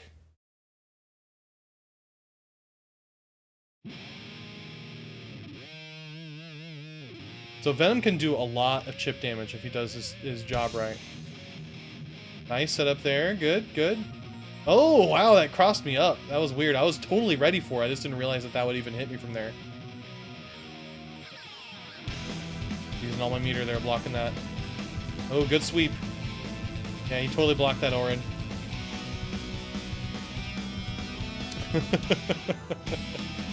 Ian plays League of Legends. Ugh. I know.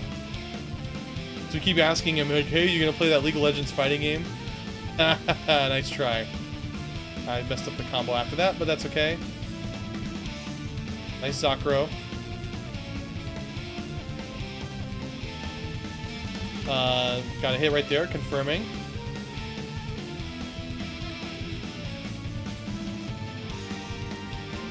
Nice cross up. I was able to block that up. Good hits right there. Good hits. Nice air throw on that.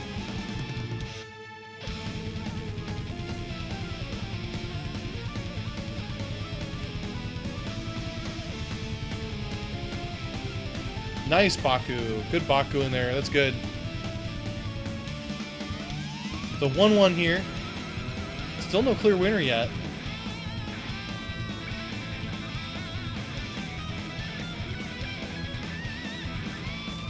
You can use mine. I opened a new one. I have another brand new one if you need it.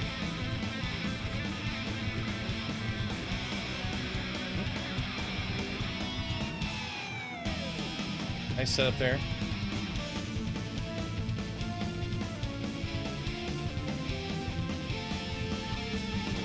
Couldn't really get much more off of that. I think the Tommy Mat wouldn't have hit if I tried it, so I didn't go for it.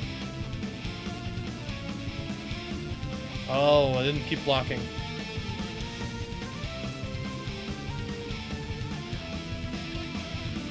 Ah, got hit by there too. So 1 point for Ian here.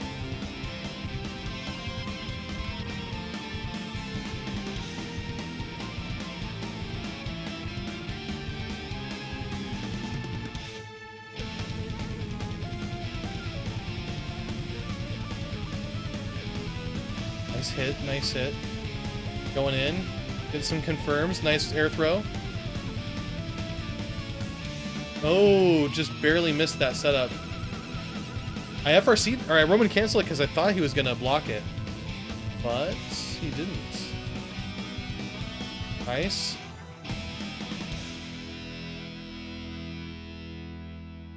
Good dead angle from him.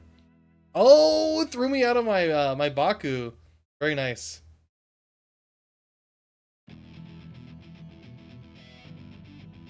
See, I'm just playing it safe, just playing it slow. When it comes to projectile characters, it's what I do, because they're predicting what you're going to do around their projectiles, right? So just go slowly through their projectiles, and don't give them something to respond to. Just keep moving forward, inching yourself forward against them. Good sweeps on that. Going in for a throw. I think I saw that. You can even see me doing a heavy slash before he got to me. Nice low. Good throw on my tech there. Oh, I even Roman canceled it, so it'd be safe. I just didn't block it on the way down, I guess. Nice throw, nice throw.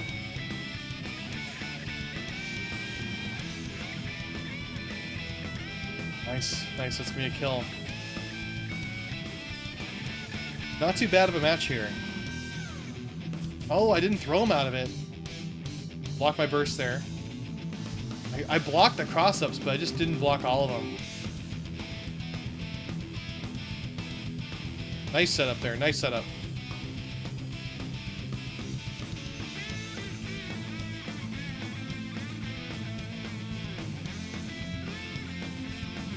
Man, it's just those projectiles are doing so much damage. Like, they do so much chip damage and everything, and they lock you down so hard. And people say, whatever, you're Baiken, you don't get locked down. So you really do, you know?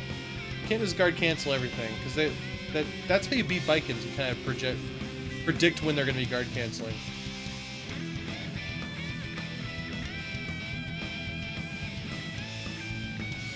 He's 1-2-0 so far, though. I've gotten a round on each game, at least.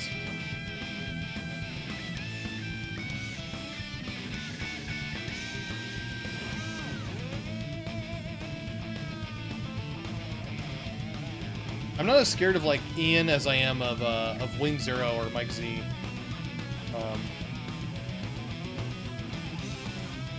Holy order, Ian. Nice throw, nice throw. Oh, that was supposed to be Tommy Mat. It didn't come out. Man, he's really getting me with those high-lows. Nice throw again. Nice setup. Oh, I don't know why I did that. That did not work out. Oh my god. I've got no meter for blocking, for faultless defending. It's gonna kill me. No, nice, nice, nice. Nice again.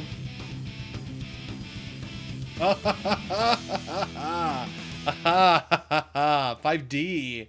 Take that. I know he was expecting me to do another throw, because that's the guilty gear attack.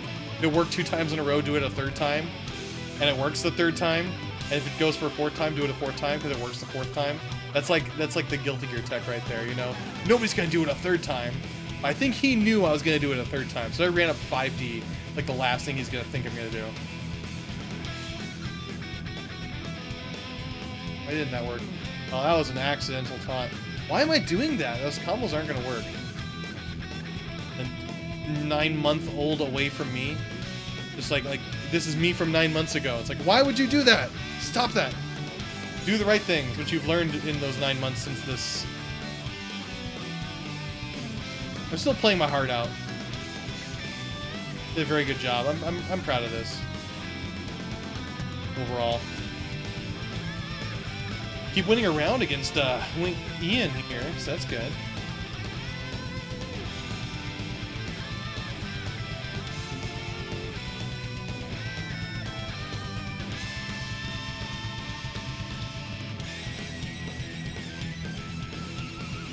Run up throw. Run up throw. Keeps going for those lows, and I keep getting hit by him.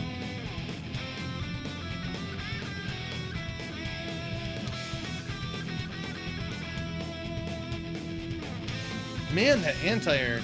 Good block on his part, and that's going to be it. I did lose 3-0, but I won a round every single game, so that wasn't too bad. I'm glad that we got a lot of people for this, you know.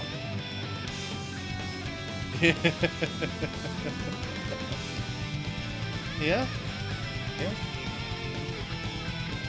I'd like to see more of Ian, but he's just not showing up anymore, you know.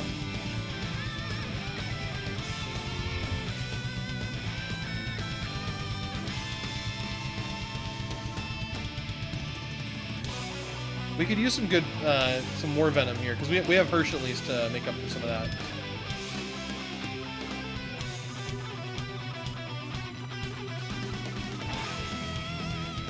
He was kind of stopped already. He showed up this night because it was like a special night and Hellmonkey was there. I think he might have only showed up because Hellmonkey was there, but he was already kind of out at this point.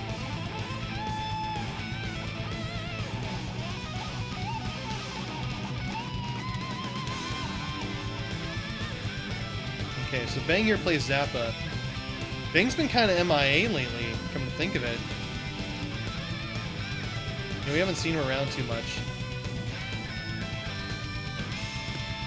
But Bang is a solid player. He was one of the best US Bang Shishigami players when Continuum Shift was out. I think he won SoCal Regionals in what was that, like 20... Like it was at 2012 maybe, something like that. I remember watching that. I was there.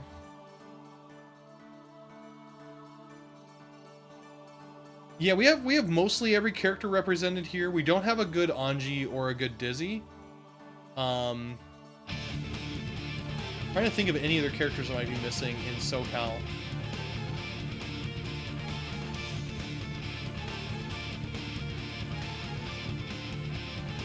Yeah, I can't really think of anybody else. We got almost every character represented pretty well. Nice setup there. So Zappa's got some really good strengths. Not too bad against Baiken. You know, I'm not too worried about that sword as Baiken. You know, it's not something you can attack through. It's just a hitbox that kind of just dissipates, you know, further away from the opponent. So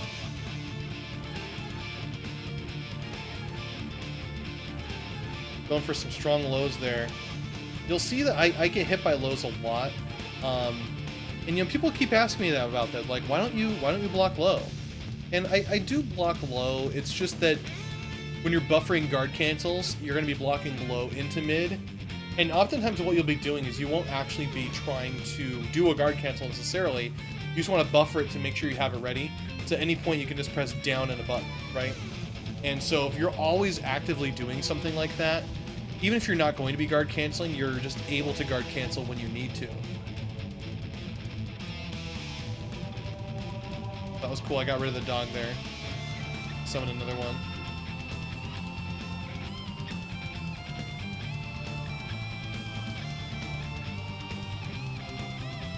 Nice.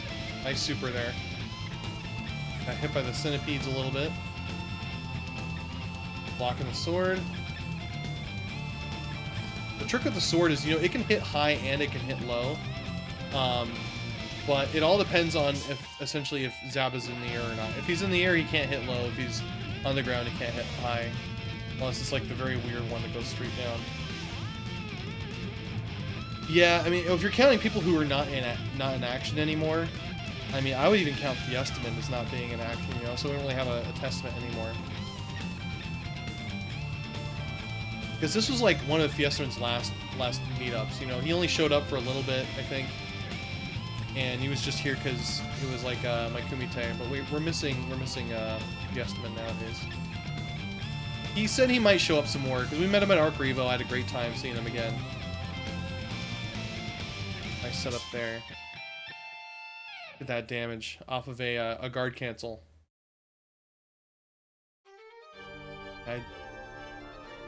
I was adding this punch into those combos. I have no idea why I was doing it. Not the right option to do. Look at that combo from him. Good burst. Yes. And death. Nice. Nice super. Yeah, so any backwards projectile is going to do stuff like that. For dead angle or regular guard cancels.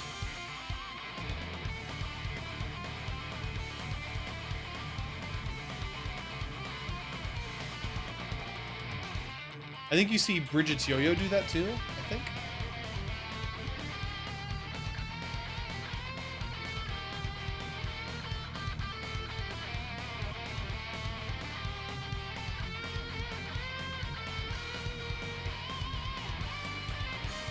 Trying to go for an air throw there, but just not the right spacing on that. So when you've got something like the dog out, or like a little Eddie out or something like that, you actually can't use guard cancels as well as you might think, because the guard cancel will get eaten by the puppet, and then the puppet master can just keep moving around, right? So like Big Eddie's not even blocking anything; he just goes in and hits you.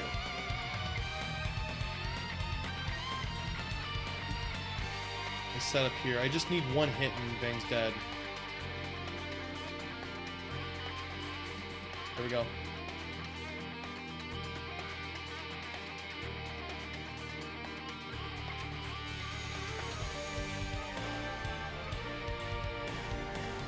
So Zappa's backdashes actually have some pretty good properties. Very fast backdash, and it also doesn't penalize Zappa nearly as much.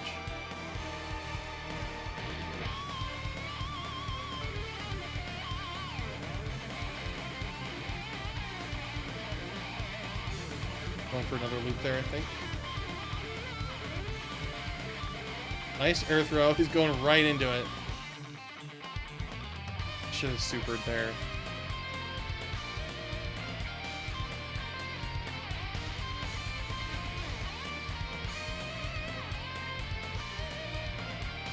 Come on, sword. Sword's so tough to deal with. No. Oh, the burst worked. Oh! Oh my god, he's still not dead. There we go. Oh my god, the scrambles there. The scrambles.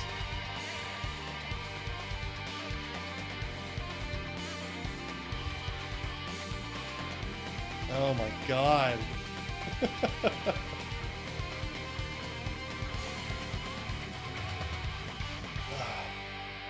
Guilty Gear is best played dumb. That's what I say. Well, look at that bullshit. So I did I specifically did 6K because it's throw-in vol, and he ends up throwing me out of 6K.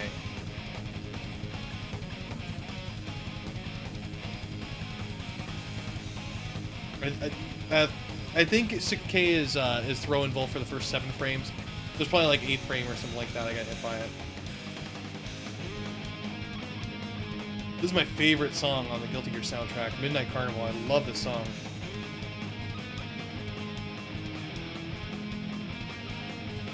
There we go.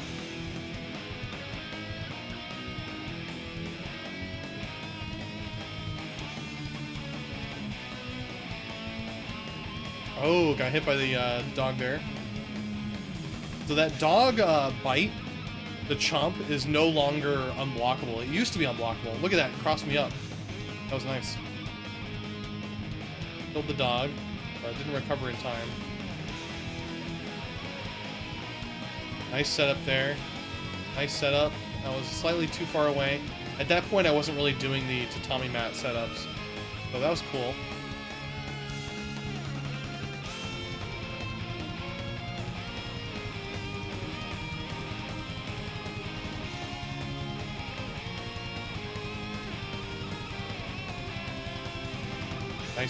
Nice kill. There we go. That's gonna be at 3-1 for myself. Let's see who's coming up next here.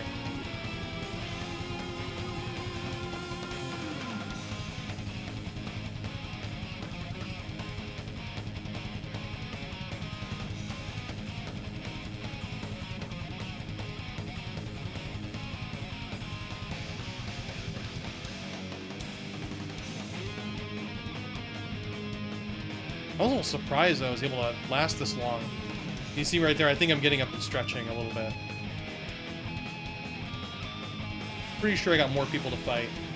Well, yeah, I got Wing and I got Mike still. So man, I have such a hard time against Johnny. I think I'll learn a lot more as we keep playing. I played a lot more Johnnies at Arc Revo, but WingZero just reads me like a book, and I have such a hard time challenging him.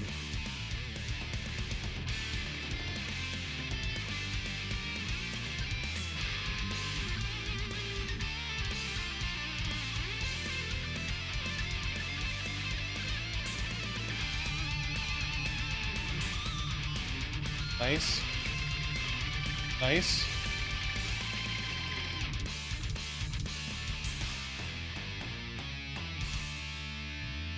You see, he's always checking for my aura, and, you know, I'm not getting hit by that. I'm not doing it against him anymore after that first time. I got some good blocks so far in this. Oh, didn't FRC the Sakura. I get punished for that. Nice, nice. Ooh, didn't quite work there. Just slightly too off.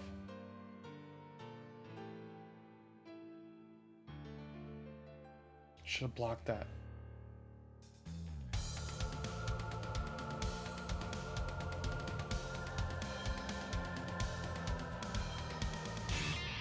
Nice setup there. This could kill. This could kill. Nope, not quite. If I did FRC, I might have been able to kill that. Nice. There we go. There we go. One round down.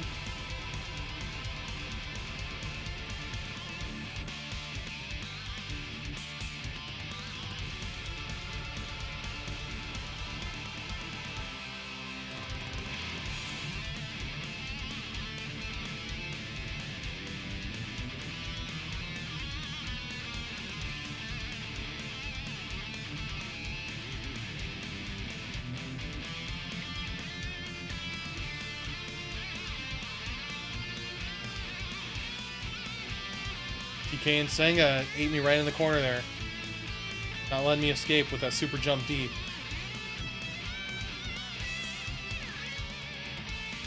Ooh, I tried with that Yoshi gem. It didn't quite work out.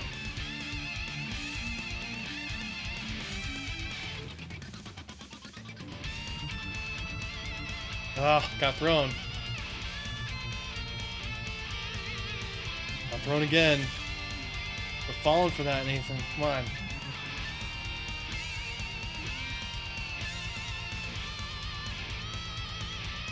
Really close to getting dizzy here.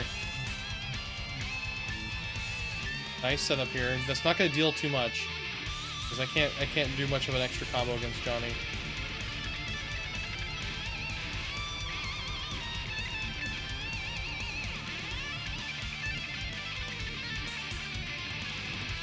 Nice setup there. 6K FRC in the throw. Didn't quite set anything up after that. Nice. Oh, not quite. That coin's gonna kill. There we go. 1-0 for WingZero.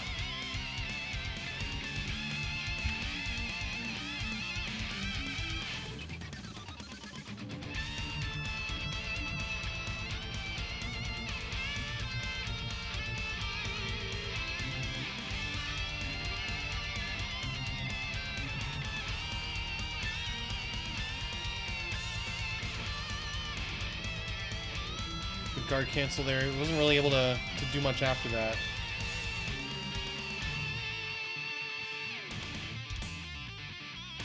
Getting some good block strings there. He went for TK and Senga.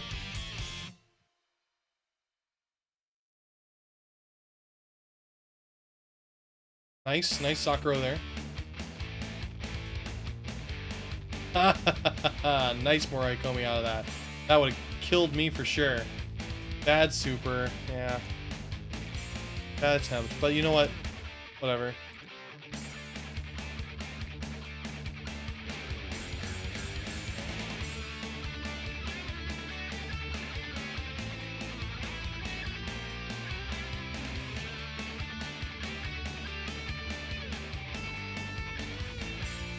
Nice setup there.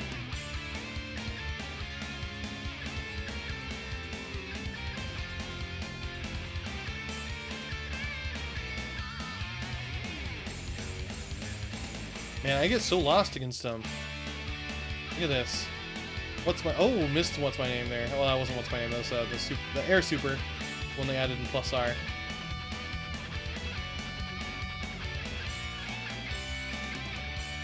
Two for WingZero.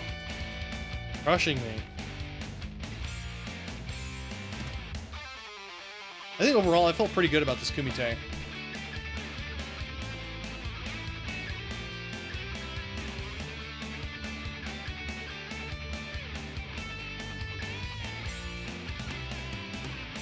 Nice run up throw.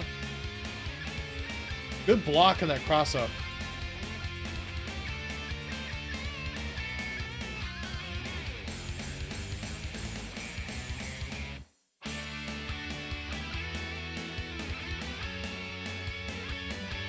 Nice setup there.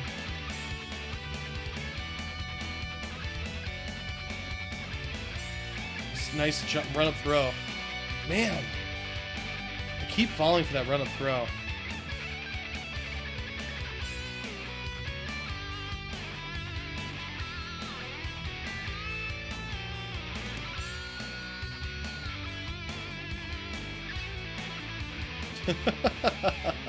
How do I get through that?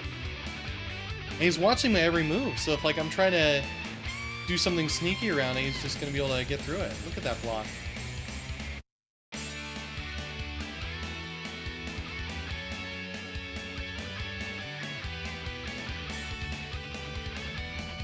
I think it was an accidental Bakasai because I switched sides on him.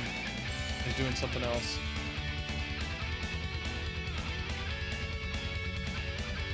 Stuck in the corner here. Do not want to be there. Nice air throw tech. Nice. Nice cross up there. Oh, I can't. You can't block that move. I think what I need to do if I see something like that coming.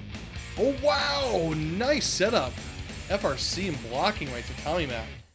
Yeah, I think if I see something like that coming, the Divine Blade cross-up, I should just go for a Terminator run. Because Divine Blade cross-up is actually... I think it's really unblockable. Because it ends up hitting you from behind while he's in front. And if you block, it actually switches your sides because you're moving backwards. If you don't block, it actually moves you the other way. So it really does feel like you do it perfectly, it'll become unblockable. Alright, so we got Weatherbee coming up here.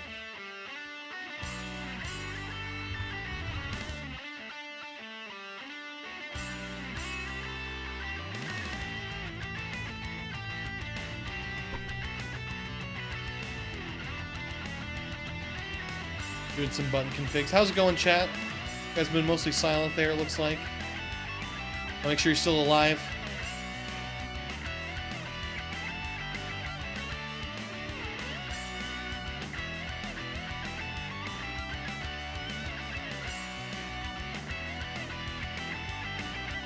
Alright.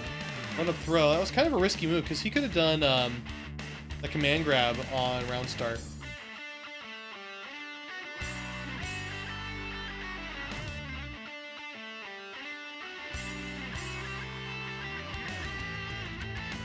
Nice setup there.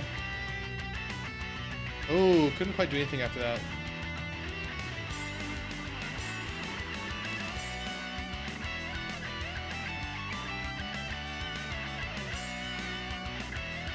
Decent setup, slightly too far away. A.B.A.'s combos are weird. Not sure it was intended to be a throw, but we'll take it.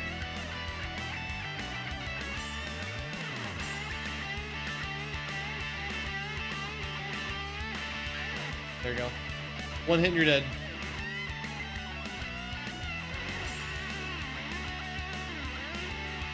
There we go. Nice. Got hit with the command grab right around start. Now, A.B.A.'s command grab, it's a command grab in properties if you're really close to her. But if you're further away, it's just a strike, so you can actually block it. So it has both, essentially.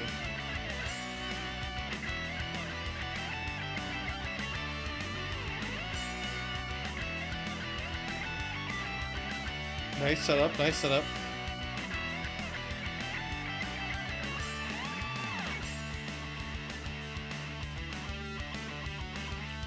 Good run back there from Weatherbee.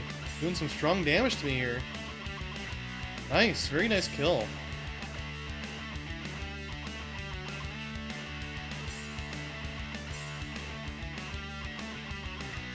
I did a round start Yozansen, didn't work out for me. I was kind of changing up that combo. It wasn't really going for much of something. I don't know what I was doing there.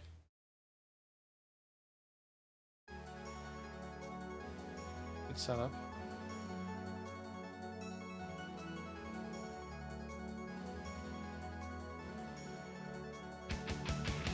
Nice, nice. Nice, good punish there.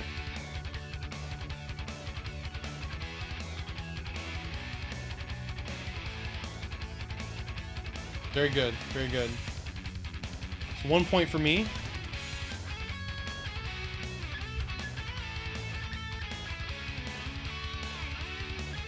Ooh. Going on for a long time. I don't know how I did it when I was actually playing. I just had a ton of energy.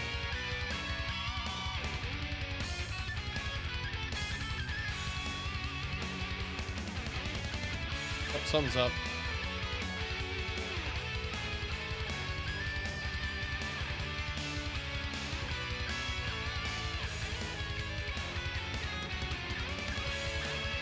Switching sticks, it looks like.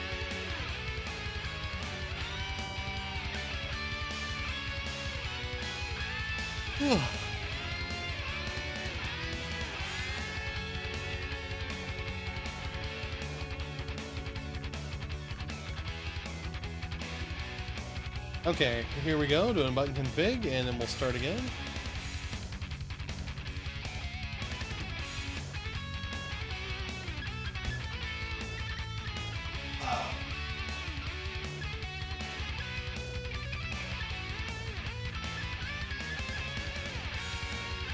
Nice.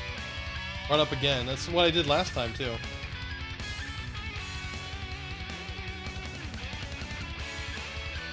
Oh, couldn't block the burst there. Nice. Nice setup there. Go for strong Zakuro. He's got one hit. If I can knock him down, there we go. Can I Roman cancel it? No, can't do it. Didn't do it. Oh, ended up mixing up my combo there a little bit. So with that combo, I have to set up the Zakuro as a finisher, and if I'm doing that, I have to actually like do a half circle back. But if I'm just holding back as like a neutral position, it won't work. It ends up moving my position too far, so I have to actually kind of change that up a little bit. Yeah, I know, right?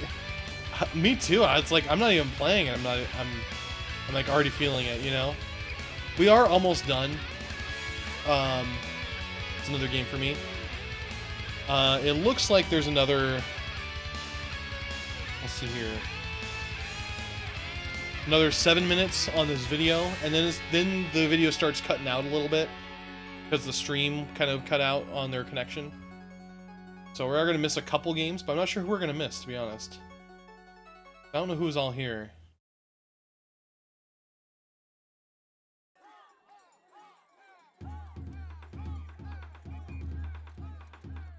Nice, nice. Oh, see with the burst. Good old Donzai setting things up.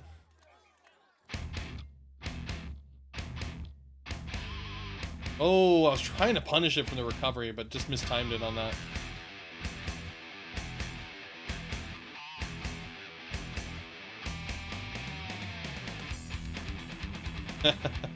Yeah, I knew it was just out of range of that setup there. Nice.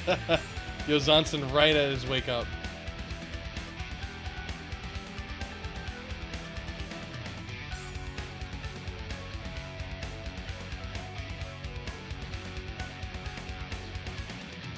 Nice setup again.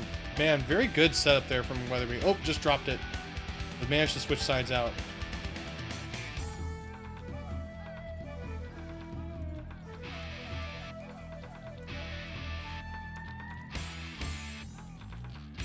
Another round off of me. Got one on the first game, I believe.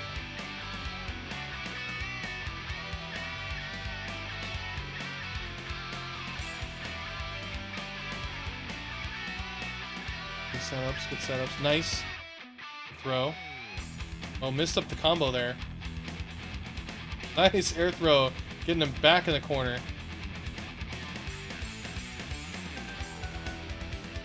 Nice, nice, nice. Very good. That was a messed up Tiger Neo Zonson for sure. Yeah, this is from Guilty Gear Isuka.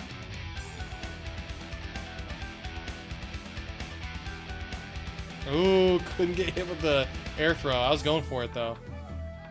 Blocks my Sakura on his land. Good job, Weatherbee, getting a game off.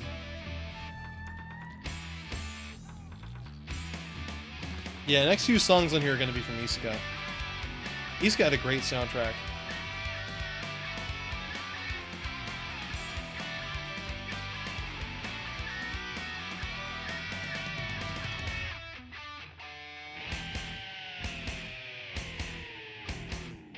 So one thing you might notice is I'm actually changing colors whenever I lose, and that actually helps me keep track of what our score is.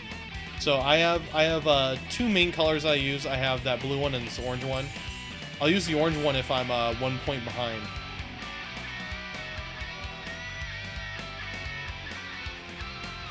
Yeah, I didn't put any of the ending songs in here because they're just not like energetic enough.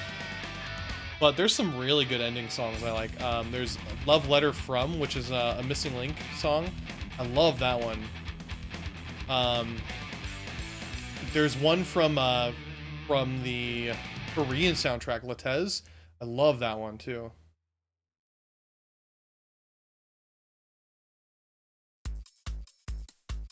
Yeah, 1 point away, and I take this away from Weatherbee.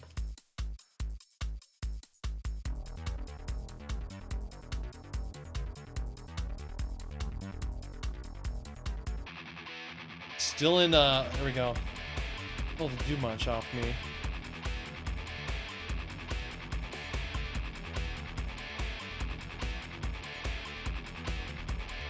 Set up there a little bit. Just kind of playing footsies a little bit back here, back and forth. Get hit with Goku Moroha install. Ends up dropping the loop.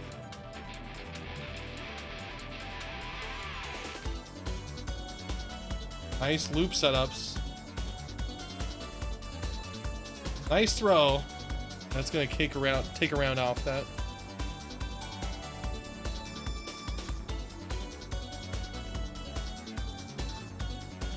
I like a lot of those Guilty Gear Isuka stages. I wish they kind of added some of those in here, you know?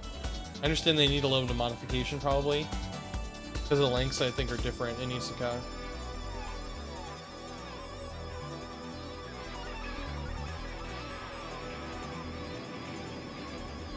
Nice 2D there.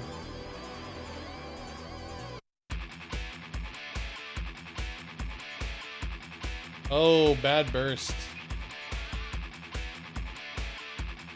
Oh, got hit with Danzai, no. Oh, another bad burst on my end. Nice setup there. That's a kill. That is a kill. 3-1 against Weatherbee. We're gonna start the next one here. Like I said, the stream went out a little bit. So I do have 1 win so far against Sledge of God. With no losses, and I can tell because my my outfit, the color. This is in Sledge.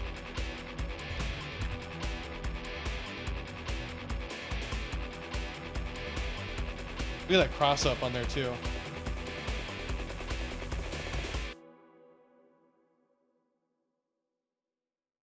Going for Yozansen that close was a little risky.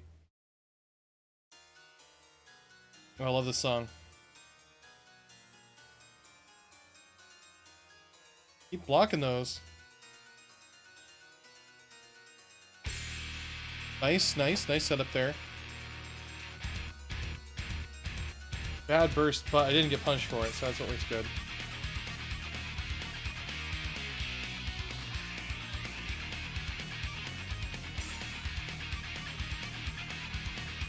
Should have Roman canceled that. Oh, it should not have been a throw, but it killed. That's fine. That's gonna be 2-0 at this point.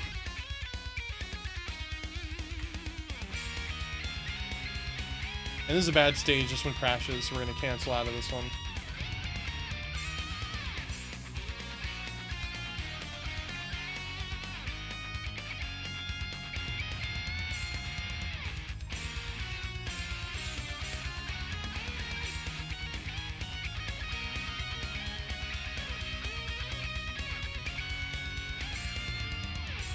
Okay, whew.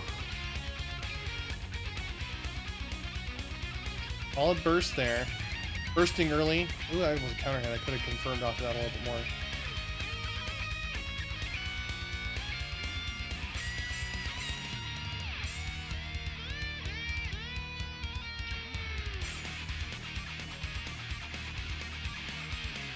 Nice setup, nice setup. Doing some solid damage on that combo there. Just let him do his DP. There we go. Threw in the middle of the kicks. That was nice. That's death. That's death. Ugh.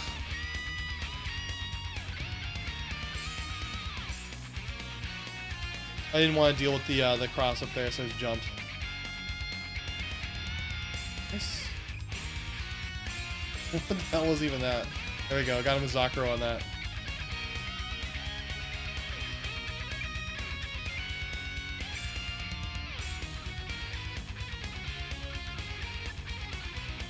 Nice setup, nice setup. Not gonna let him do too much here. Uh-oh, is this, Oh, is my video loading? Oh no, this is the stream loading, gotcha. It was recording directly off the stream, so give it a second here. Okay, so that was it. I guess that part of the stream's gone already. Okay, so final boss here. Let's just say I beat Sledge, because I'm pretty sure I beat Sledge on that. I just don't know what the score was. Like I said, some of these matches, like they were streaming, and I had to record this off of the stream, and the stream kind of just went down at a certain point. So we didn't lose, we didn't get everything. It was all because of the internet connection. They normally record locally, but I mean, I was waiting for them to kind of get all the stuff up there, but we just couldn't really do it. So.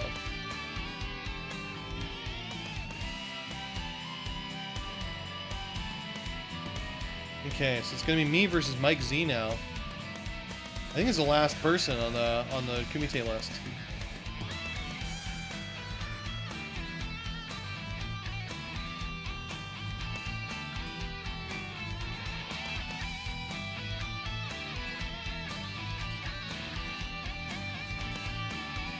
Again, check out my first to 50 that I've listed on there for me versus Mike Z. Man. Look at that. Just how do I deal with that, you know?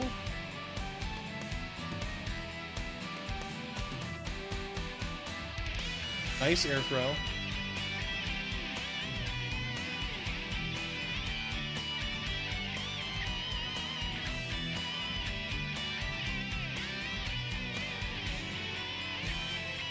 Good burst. Nice, nice. That's gonna kill. Got a round on off on him. Good. The start.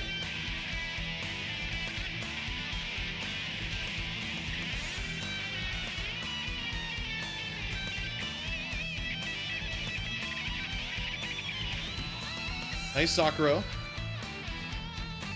Oh my god. See, I can't leave any gap at all. If it's a 3-frame gap, he's thrown me.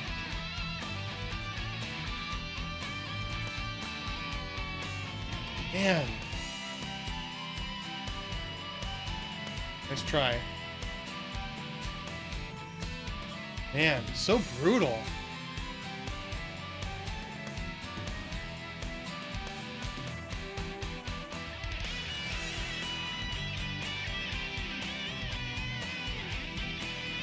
Nice block there. Nice air throw. He's falling for that a lot now. Nice, another air throw. Nice combo. That's my extended combo. I was practicing that one. Didn't quite finish up.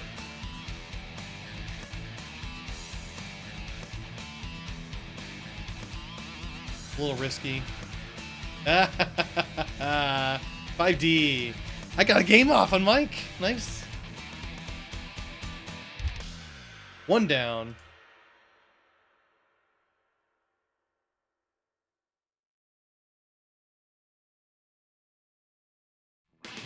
Oh, that was a bad burst. Man, I keep getting hit by that. That's a low.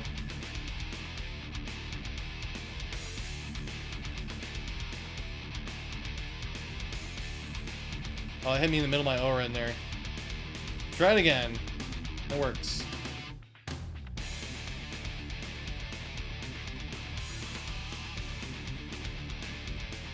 Man, he keeps doing Gigantor Wake Up on me. I've learned my lesson by now, but I think by this point I didn't really understand. He's just gonna keep doing it, you know? Man! See, that's what I mean. You cannot do Tatami Mat against Potemkin. He'll just throw you right out of it. That's the second throw, and look at my health.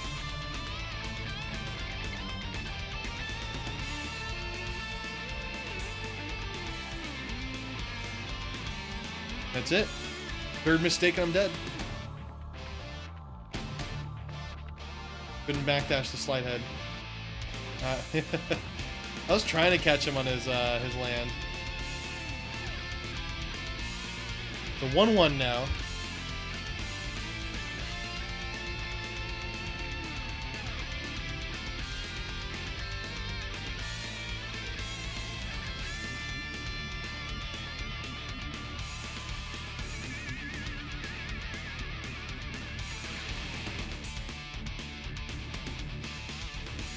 Look at that.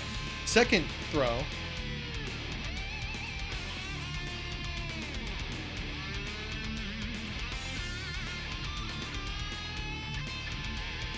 Why am I doing super? Ah, nice catch.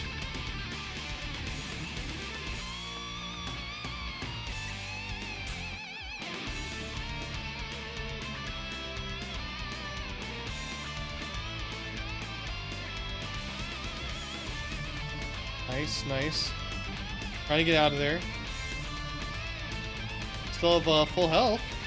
That's plus so far. Oh, there we go. I got hit with a low slide head. Another low slide head.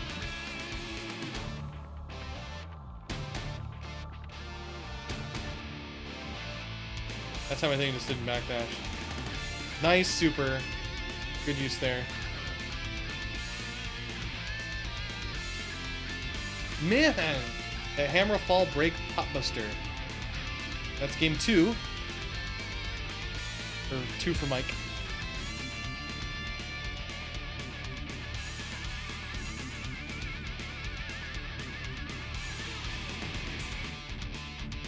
Look at that. Look at that.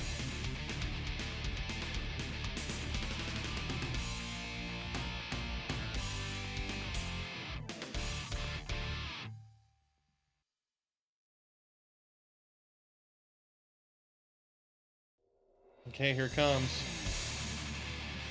Might be my last round against him. Nice try doing that.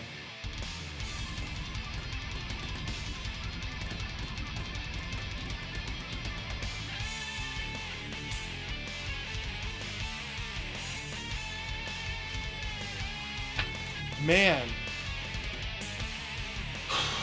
It's so frustrating, right? Just any slight gap and you just die.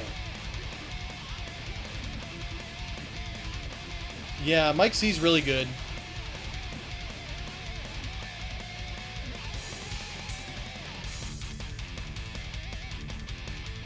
He's also, his character's really good against this character as well. Potemkin's probably this character's worst matchup.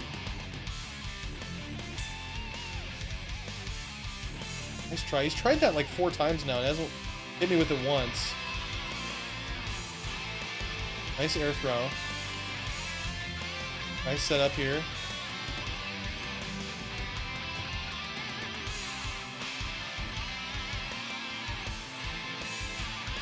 Stuck in the corner, not where I want to be.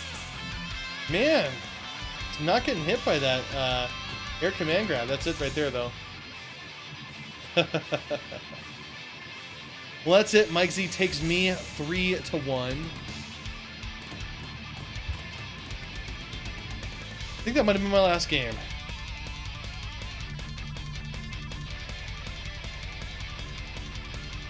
Well, I had an absolute blast. A great time. Glad you guys were able to watch this here with me. I'm glad I was able to see all the matches here too, because they're not always up here.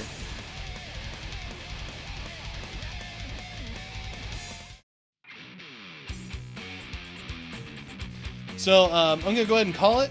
But before I do, I want to let you guys know. Just a reminder, right? Go join the Discord. The Discord for Plus R has really been booming. There's been a lot of people playing ever since Strive got announced. I wonder why. Great group of people. It's not an easy game to learn. I'll completely admit that. But you know what? If you look at it as like chapters in a textbook, or even something smaller than that, like you can really learn the game and start having fun right away. There's not that much you need to know in order to start having fun in this game. But just take it piece by piece. There's nobody who's a master at this game. It's impossible. It just doesn't exist. So if you want a game where you have like a challenge, but a lot of freedom, like a way more freedom than you might be thinking from other fighting games. I've heard people who play all sorts of other new fighting games, they try Plus R, and it's just such a breath of fresh air about how this game works and how it feels and how your movement is and what kind of options you're able to do and all that kind of stuff. Like I said, it may be a little tough, a little bit of an uphill climb, but you know what? There's a lot of people there who are willing to try and help you to get on the way, because we love it as a group here. And just such a great community who's just very welcoming and all that kind of stuff too.